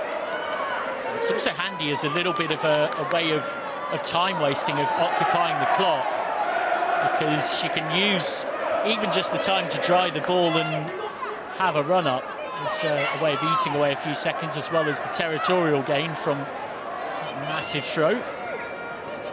Goodwin can't chase that though. So now Birmingham City have to build right from the back. Lee. It really has been, and it's easy to say this after the event, but it definitely has been a bit of one of those 2-0 is a dangerous scoreline type of things. And you would have to say that London City, as we alluded to before it happened, sitting deep, has invited an element of pressure that didn't exist before that point. Yeah, they stopped playing, didn't they, from around that sort of 70th minute mark. I think it's caused them all sorts of problems, and they're in a position now where they're going to have to try and cling on. They've brought obviously Karis Brown on, great young defender, but what a pressure game to have to come into and have an impact. 19-year-old, he joined from Chelsea in February, on to try and help London City Lionesses see it through. Now Goodwin trying to get there, but the whistle's gone.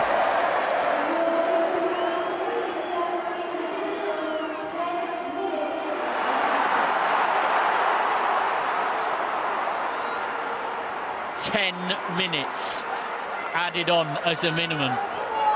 We said there was going to be a good chunk of stoppage time. We were right. Plenty of time for Birmingham City to find something. Remember, if London City Lionesses can score, Birmingham City will need to find 2, because a draw, as things stand, is enough for the visiting team to take the title and go up. Headed down. Hurriedly cleared away, not to Holloway. He gives it to Lee. Crossing chance. Headed clear once more. Baker. Baker's driven cross, flicked goalwards, headed by Kumagai. It's all very frantic back there. And nodded out by the goal scorer Cho.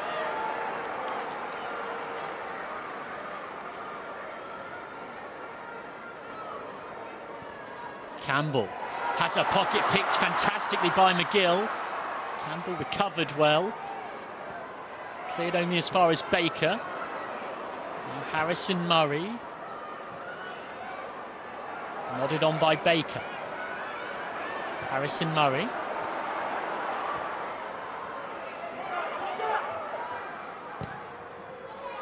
Puts in the cross, but it's sliced and a poor one. And Emily and Orman will be in no rush to take the restart, and that will be the most blatant booking you'll ever see. It was picked away by Orman. You can't really have any complaints about that. She's just looking like, what, me? Look, I think there's 2 things. One, I wonder if you know, in terms of getting pressure on the ball in those wide spaces, I think London City have got to do more to try and stop the cross coming in. I know it's one thing to defend the cross, but given the numbers they've got back, I think they've got to be a little bit more proactive in trying to stop the cross coming into those areas. That's sort of first and foremost. And then I just wonder whether Goodwin can reconnect a little bit too. She's sort of obviously quite high as an outlet, but at this point, I'm not really sure that there's any use for that at this point in the game. Oh, this is going to be a yellow card as well for the substitute, Charlene Mayong. Summer signing from Reims in France in 2024. And having worked with crossing pressure previously in France, Cameroonian international. Picks up a booking for that slightly clumsy challenge on Gwynmin Lee and the push in the back.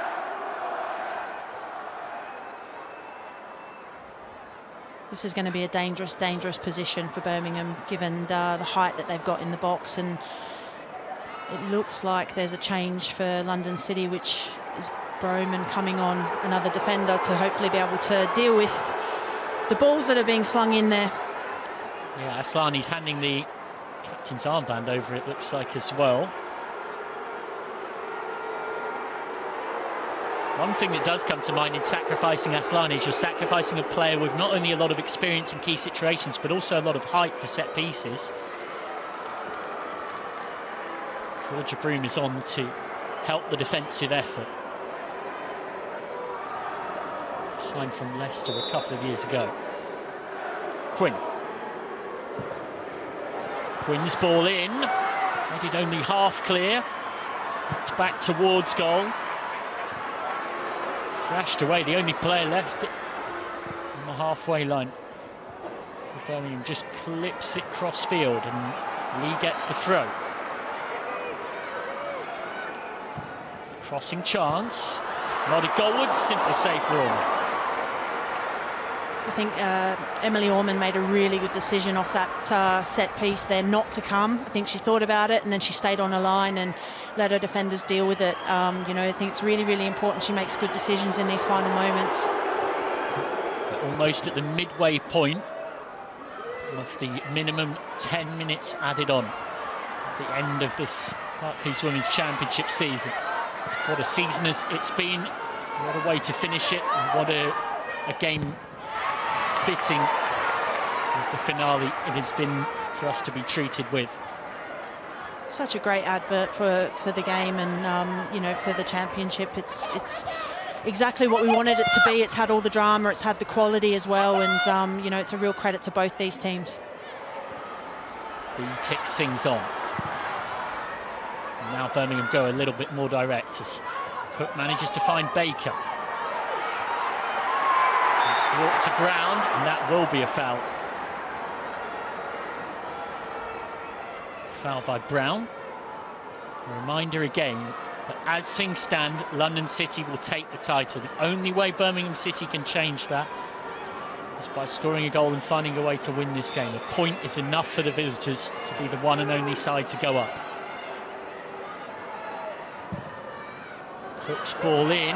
It's close to Orman, who had bodies covering in and around her, but managed to claim it and give her supporters and her fellow teammates a chance to breathe a sigh of relief and eat away a few seconds. Well dealt with there under pressure, claimed it cleanly, and now has an opportunity to release some pressure further up the pitch. It was long, it's won by Akpan. Now comes for Holloway. Harrison Murray, ball in towards Quinn. What a fairy tale finish to life in professional football that might have been for Louise Quinn. She's always had a good goal-scoring record for someone who's predominantly a defender. Not quite. And Orman can't eat up too much time off the clock here, given that she's already got a yellow card. I was going to say, one of the only ways this is going to get more dramatic is if Emily Orman gets herself sent off for time wasting. That's a great bit of work from Freya Godfrey. And now Godfrey's not got a lot of support around her. London City, understandably, not keen to commit too many forward. Decent effort into the gloves of French. It's Broom trying her luck. Harrison Murray. Inviting the run of McGill, who thinks she's won a corner. And has won a corner. And urges the home fans to raise their voices here at St Andrews. Whole of that main stand packed by some small pockets with home supporters desperate to see their side complete a comeback for the ages to win and take the title. Quinn's corner in. Only partially cleared. Baker urged to shoot, sliced it. Still there. Back towards goal by Holloway. Simple take for Orman.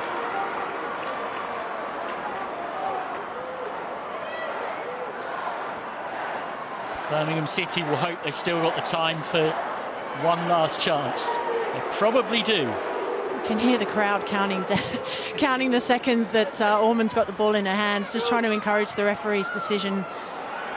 Sliced by Goodwin. Appealing for a high foot. Referee not interested. Great ball for Lee. Lee tries to tick it on.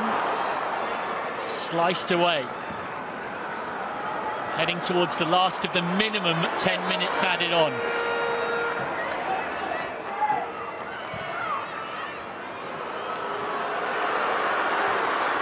Akpan. It's fizzed in. It's not an easy one for So Hyun Cho. It's cleared upfield. French has got to do the work. Nobody else is in that area for Birmingham City. Harrison Murray. Is this Birmingham's moment? In comes the cross, deflected. Almost fell for Quinn. What a story that might have been. Birmingham's club captain, almost a late sub, Baker. Trying to work a shooting chance. Good numbers at the back post here. It's another cross in. Headed up, but not really away. Baker trying to make room for a shot. Fierce sliding tackle from Rodder.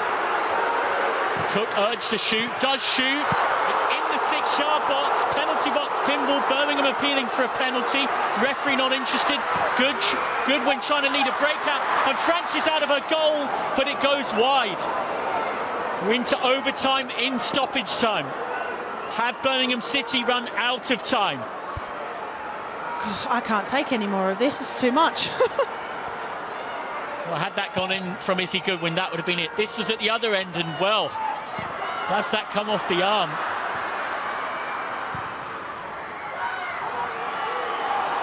All eyes on referee Stacey Fullix. Goodwin just doing what any good striker would do in this situation. And has won a foul. Yeah, earned the free kick. Really, really good there. She can tell she's spent. She's got nothing left, but she's still working and willing to try and hold the ball up there and eat up some valuable seconds off the clock, because London City have been absolutely under the pump for the remainder of this 10 plus minutes that's been the ball's been in play. London City Lionesses moments away. Head to the corner. Nayong's ball across. Chose to go there rather than keeping the ball as far away as possible from her side's goal. And now Birmingham do have the ball back, but it's into touch from Quinn. The London City Lionesses have roared into the Women's Super League. Just 6 years after being formed. They came to Birmingham City, their nearest title challengers, needing a point, and they got a point. They had to cling on at the end, but the London City Lionesses have done it. An afternoon to remember for an independent women's football club, not affiliated to a men's team, who have made history, and next season, for the first time since being formed in just 2019, will play in the top flight of the English women's domestic game. A day the London City Lionesses will never forget. Credit to both these teams, and obviously we're looking at London City's success there, but both these teams left everything out on the pitch, and as I said earlier, what a great advert for the championship and for themselves, because we were on the edge of our seats right to the end, and they should both be very, very proud of their performance across the season, and obviously today as well. And it's just so pleasing to see how far this league has come, to be this entertaining and to be taking it down to the final game of the season and the final seconds of the season, really, before we knew who it was that was going to be successful. Absolutely incredible drama. Izzy Goodwin had London City Lionesses in front with a special strike 2 minutes into the second half. 10 minutes later, Chantal Boy-Halorka headed in to make it 2-0. 6 minutes after that, Emily van Egmond nodded in from close range to give Birmingham City hope, and a clever hooked finish 5 minutes from time by the substitute So Hyun Cho made it 2-2. But Birmingham City could not quite complete the comeback. And look at what it means to those supporters who've travelled from the capital. In their last 2 home games at Hayes Lane, London City Lionesses had their highest league attendances in the club's history. And you'd imagine plenty of those fans will be back next season to watch them in the Barclays Women's Super League.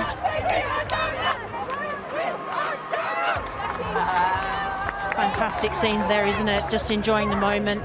They deserve it. They were so exceptional in the way that they started that second half today to get themselves in a position where you know, maybe they could have controlled the game a little bit better, but at the end of the day, they've done enough. And, you know, these are the moments you kind of live for. These are the moments that you want to enjoy. And at the end of the day, you know, they're going to be in the Super League next year, and it's going to be a whole different level for them. So let them enjoy this moment. They've earned it. Michelle Kang, the London City Lionesses owner, taking a moment with the fans before leaving it for the players to enjoy most of the celebrations. Confirmation of the final table. It's the 2-point advantage that London City had coming into today that is what gets them over the line. A draw on the day, but it was the fact that they were 2 points clear coming into it that was enough. You have to feel for Birmingham City, who come so close, having finished second, just a point behind Bristol City 2 seasons ago. They were 5th, 10 points off Crystal Palace last season, but we're back to being right up there this time around, but just short.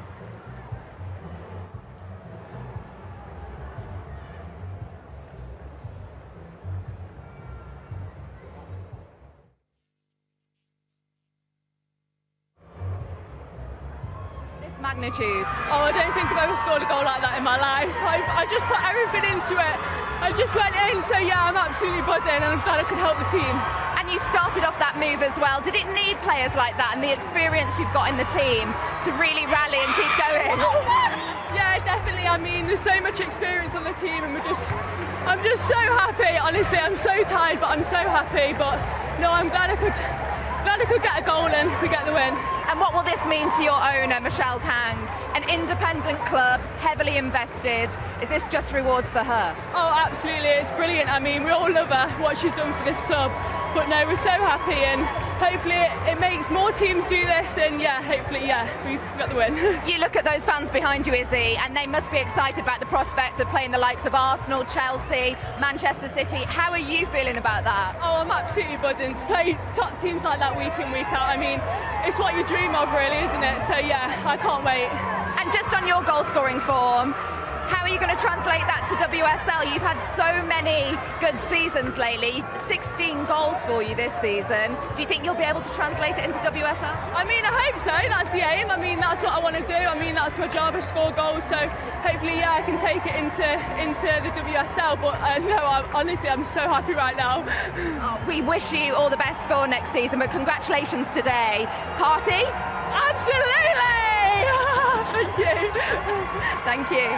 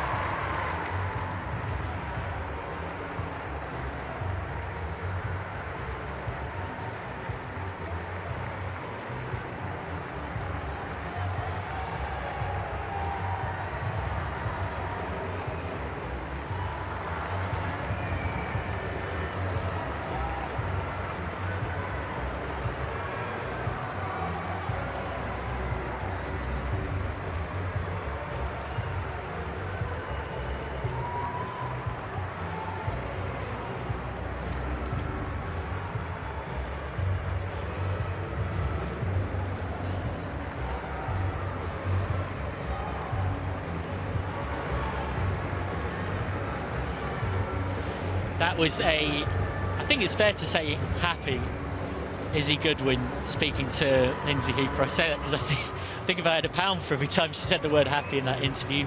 Tanya Oxtoby and I will both be millionaires. And we can now get a word, it seems, from Chantel Boy-Halorka. It's been a roller coaster. It's been a start to a new thing, a new era.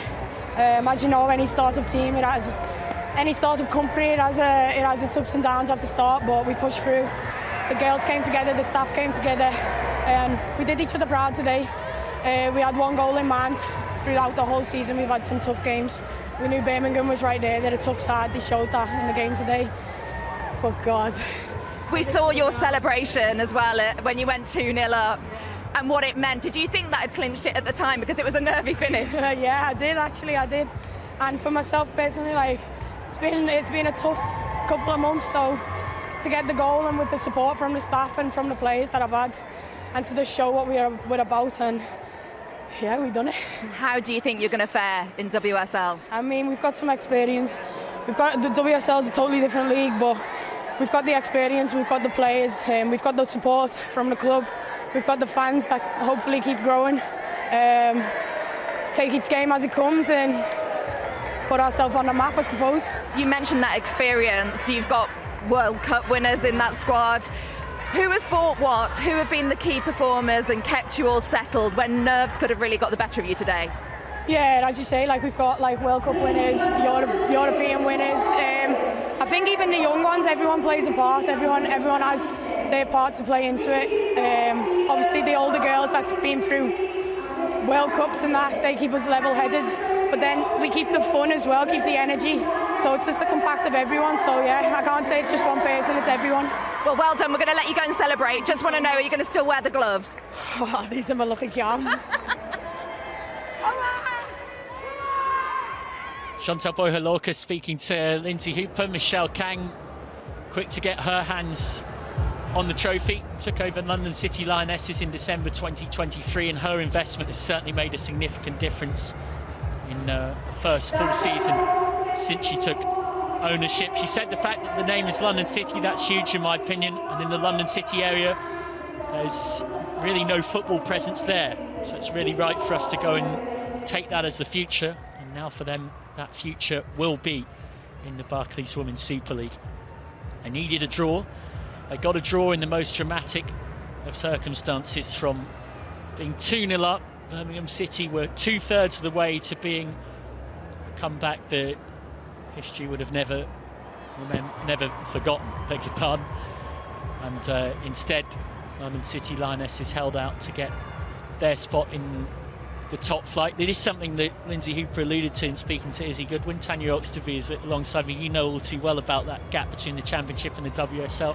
How does Michelle Kang look to rebuild this squad into being a team that can stay in the WSL, because that's a different challenge to getting out of the Championship? It is. It's looking at the areas of your squad that you feel you probably need to refresh, and that look, they will have, like any team that is looking to go up to the WSL, they would have had a Championship plan and they would have a WSL plan, and you know, within that is obviously the resources and the finances, but also the recruitment strategy. And they will be, now that they've done the job, they will certainly be having a very busy summer in terms of who they need to bring in, and it needs to be a balance of WSL experience or the equivalent of, in my opinion, but also, you know, some of the better younger players that are floating around as well that are going to kind of build for the future, because for them it's about going up and consolidating and staying up, because that is the hardest thing to do when you're coming out of the Championship. Of course, only one comes up and one goes down in the Barclays Women's Super League. For now, for the moment, there's been plenty of discussions as well about potential future expansion.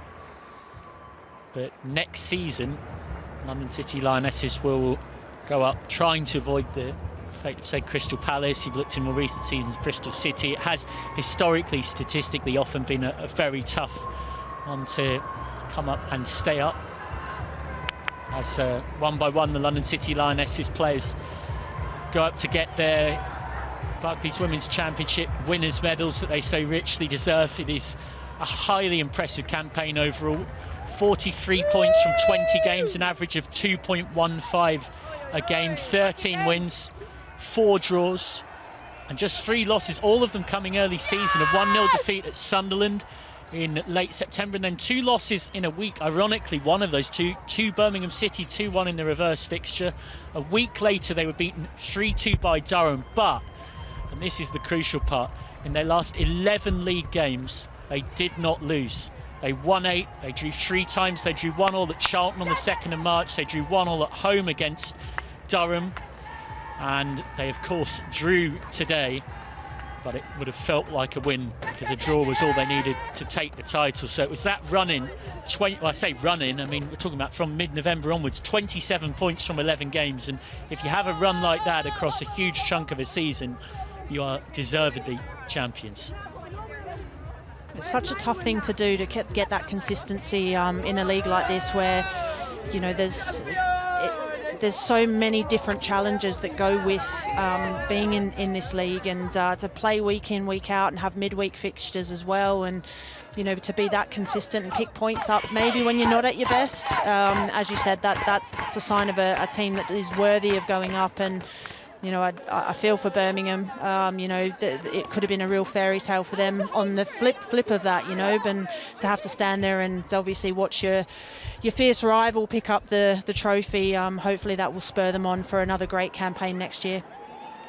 Yeah, Birmingham City, of course, were trying to get back to the WSL for the first time since being relegated from it back in 2022.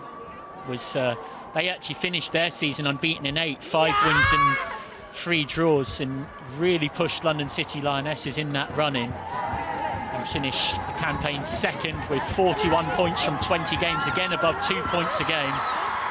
This is London City Lionesses' moment. Kosovare Asllani, the Swedish international women's football legend, picks up the trophy with owner Michelle Kang alongside. They get ready to start the party, because your Barclays Women's Championship champions of 2024-25 are the London City Lionesses.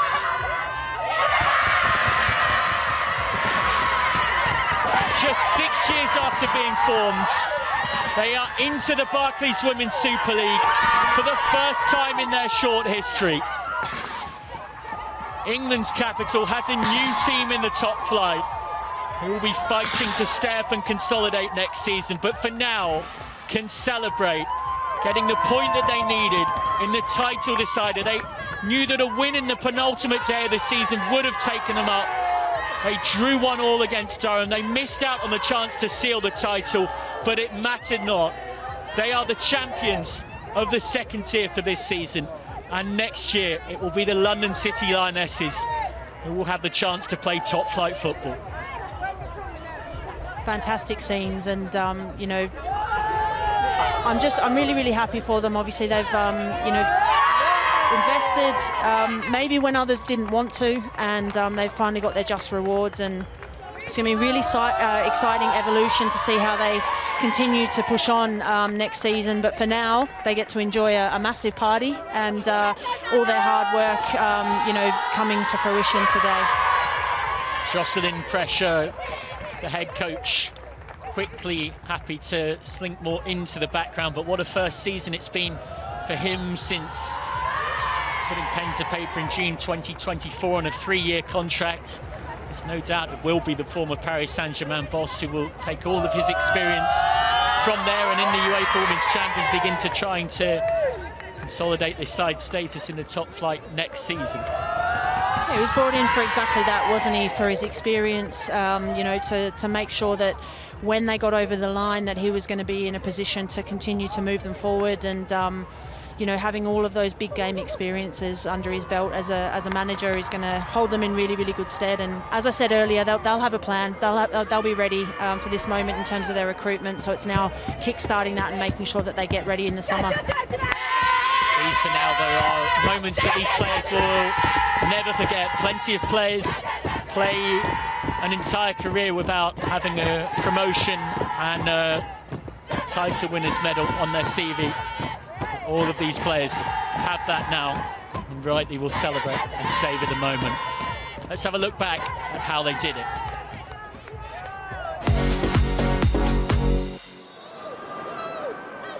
Well, Tanya, it feels like a long time ago, but it was Birmingham City who actually started this one the stronger. It was, and we spoke about London City's defending, you know, in these areas. I think Birmingham had 2 or 3 really good opportunities in the first half, and London City defended really well and gave themselves every opportunity to make sure that they were still in the hunt.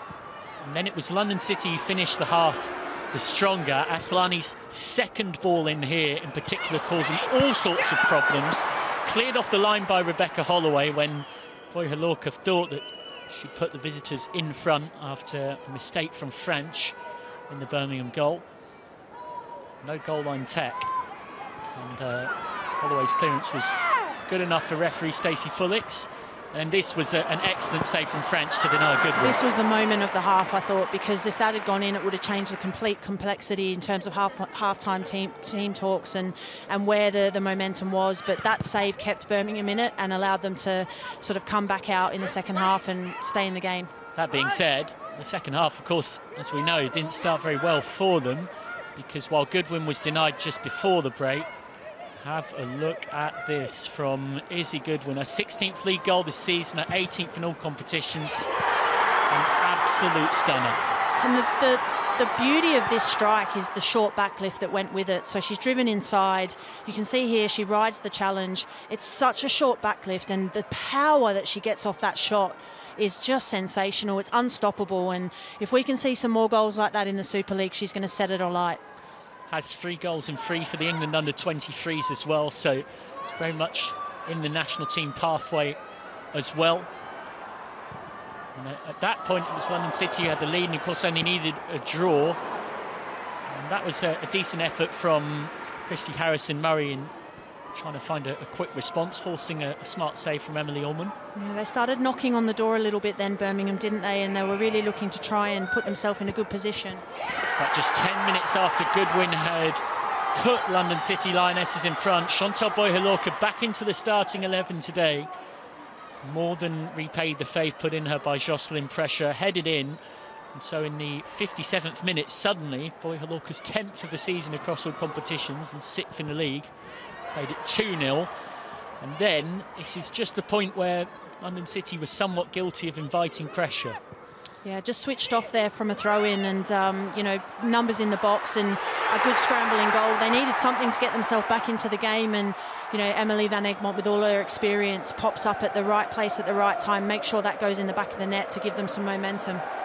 And that was, for context, just 6 minutes after Boyhalorka had made it 2-0, so it really reignited the home crowd.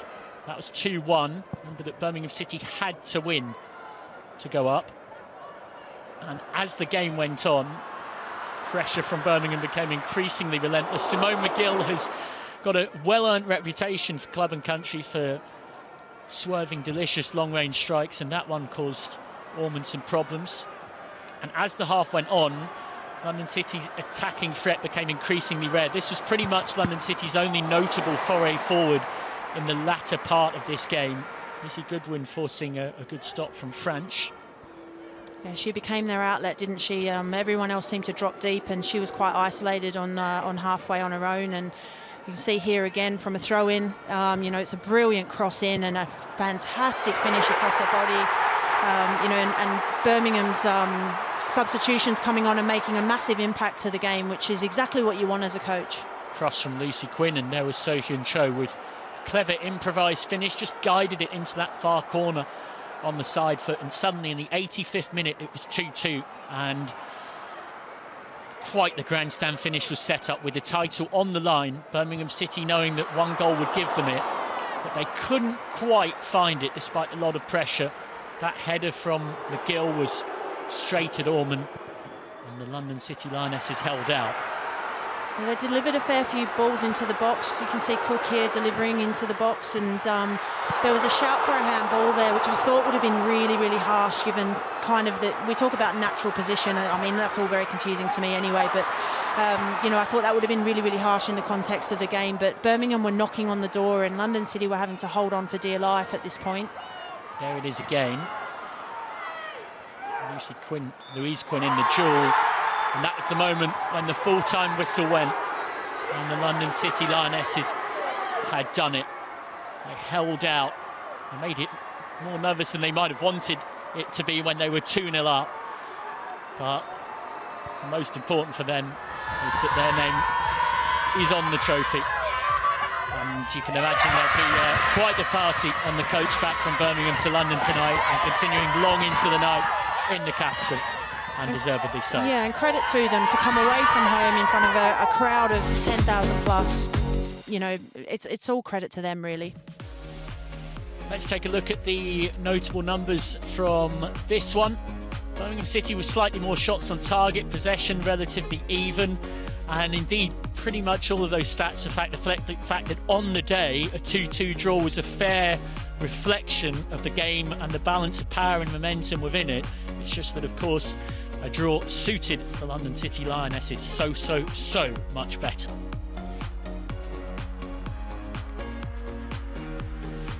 To wrap up the results from across the league, Newcastle finishing the season with a thumping 5-0 win at Blackburn. They've been impressive as a newly promoted team. Durham have had another solid campaign, 2-0 home winners against Bristol City, who haven't quite challenged like they did, would have wanted to, having been relegated from the WSL. Charlton 2-0 winners at Southampton, and Sunderland 2-1 winners against confirmed already as relegated Sheffield United. Let's confirm the final table then in the Barclays Women's Championship. It is the London City Lionesses who take top spot with that draw. Charlton and Durham finishing 3rd and 4th with wins today. Bristol City down in 6th, having been relegated from the WSL the previous season. A little gap from Sunderland down to Southampton, and then those bottom 3 were for quite a large part of the campaign in a bit of a relegation mini-league with each other. But in the end, it was Portsmouth who pulled themselves clear, having been promoted up into the Championship. They'll be delighted to have stayed up, and Sheffield United were already confirmed as relegated before a ball was kicked today.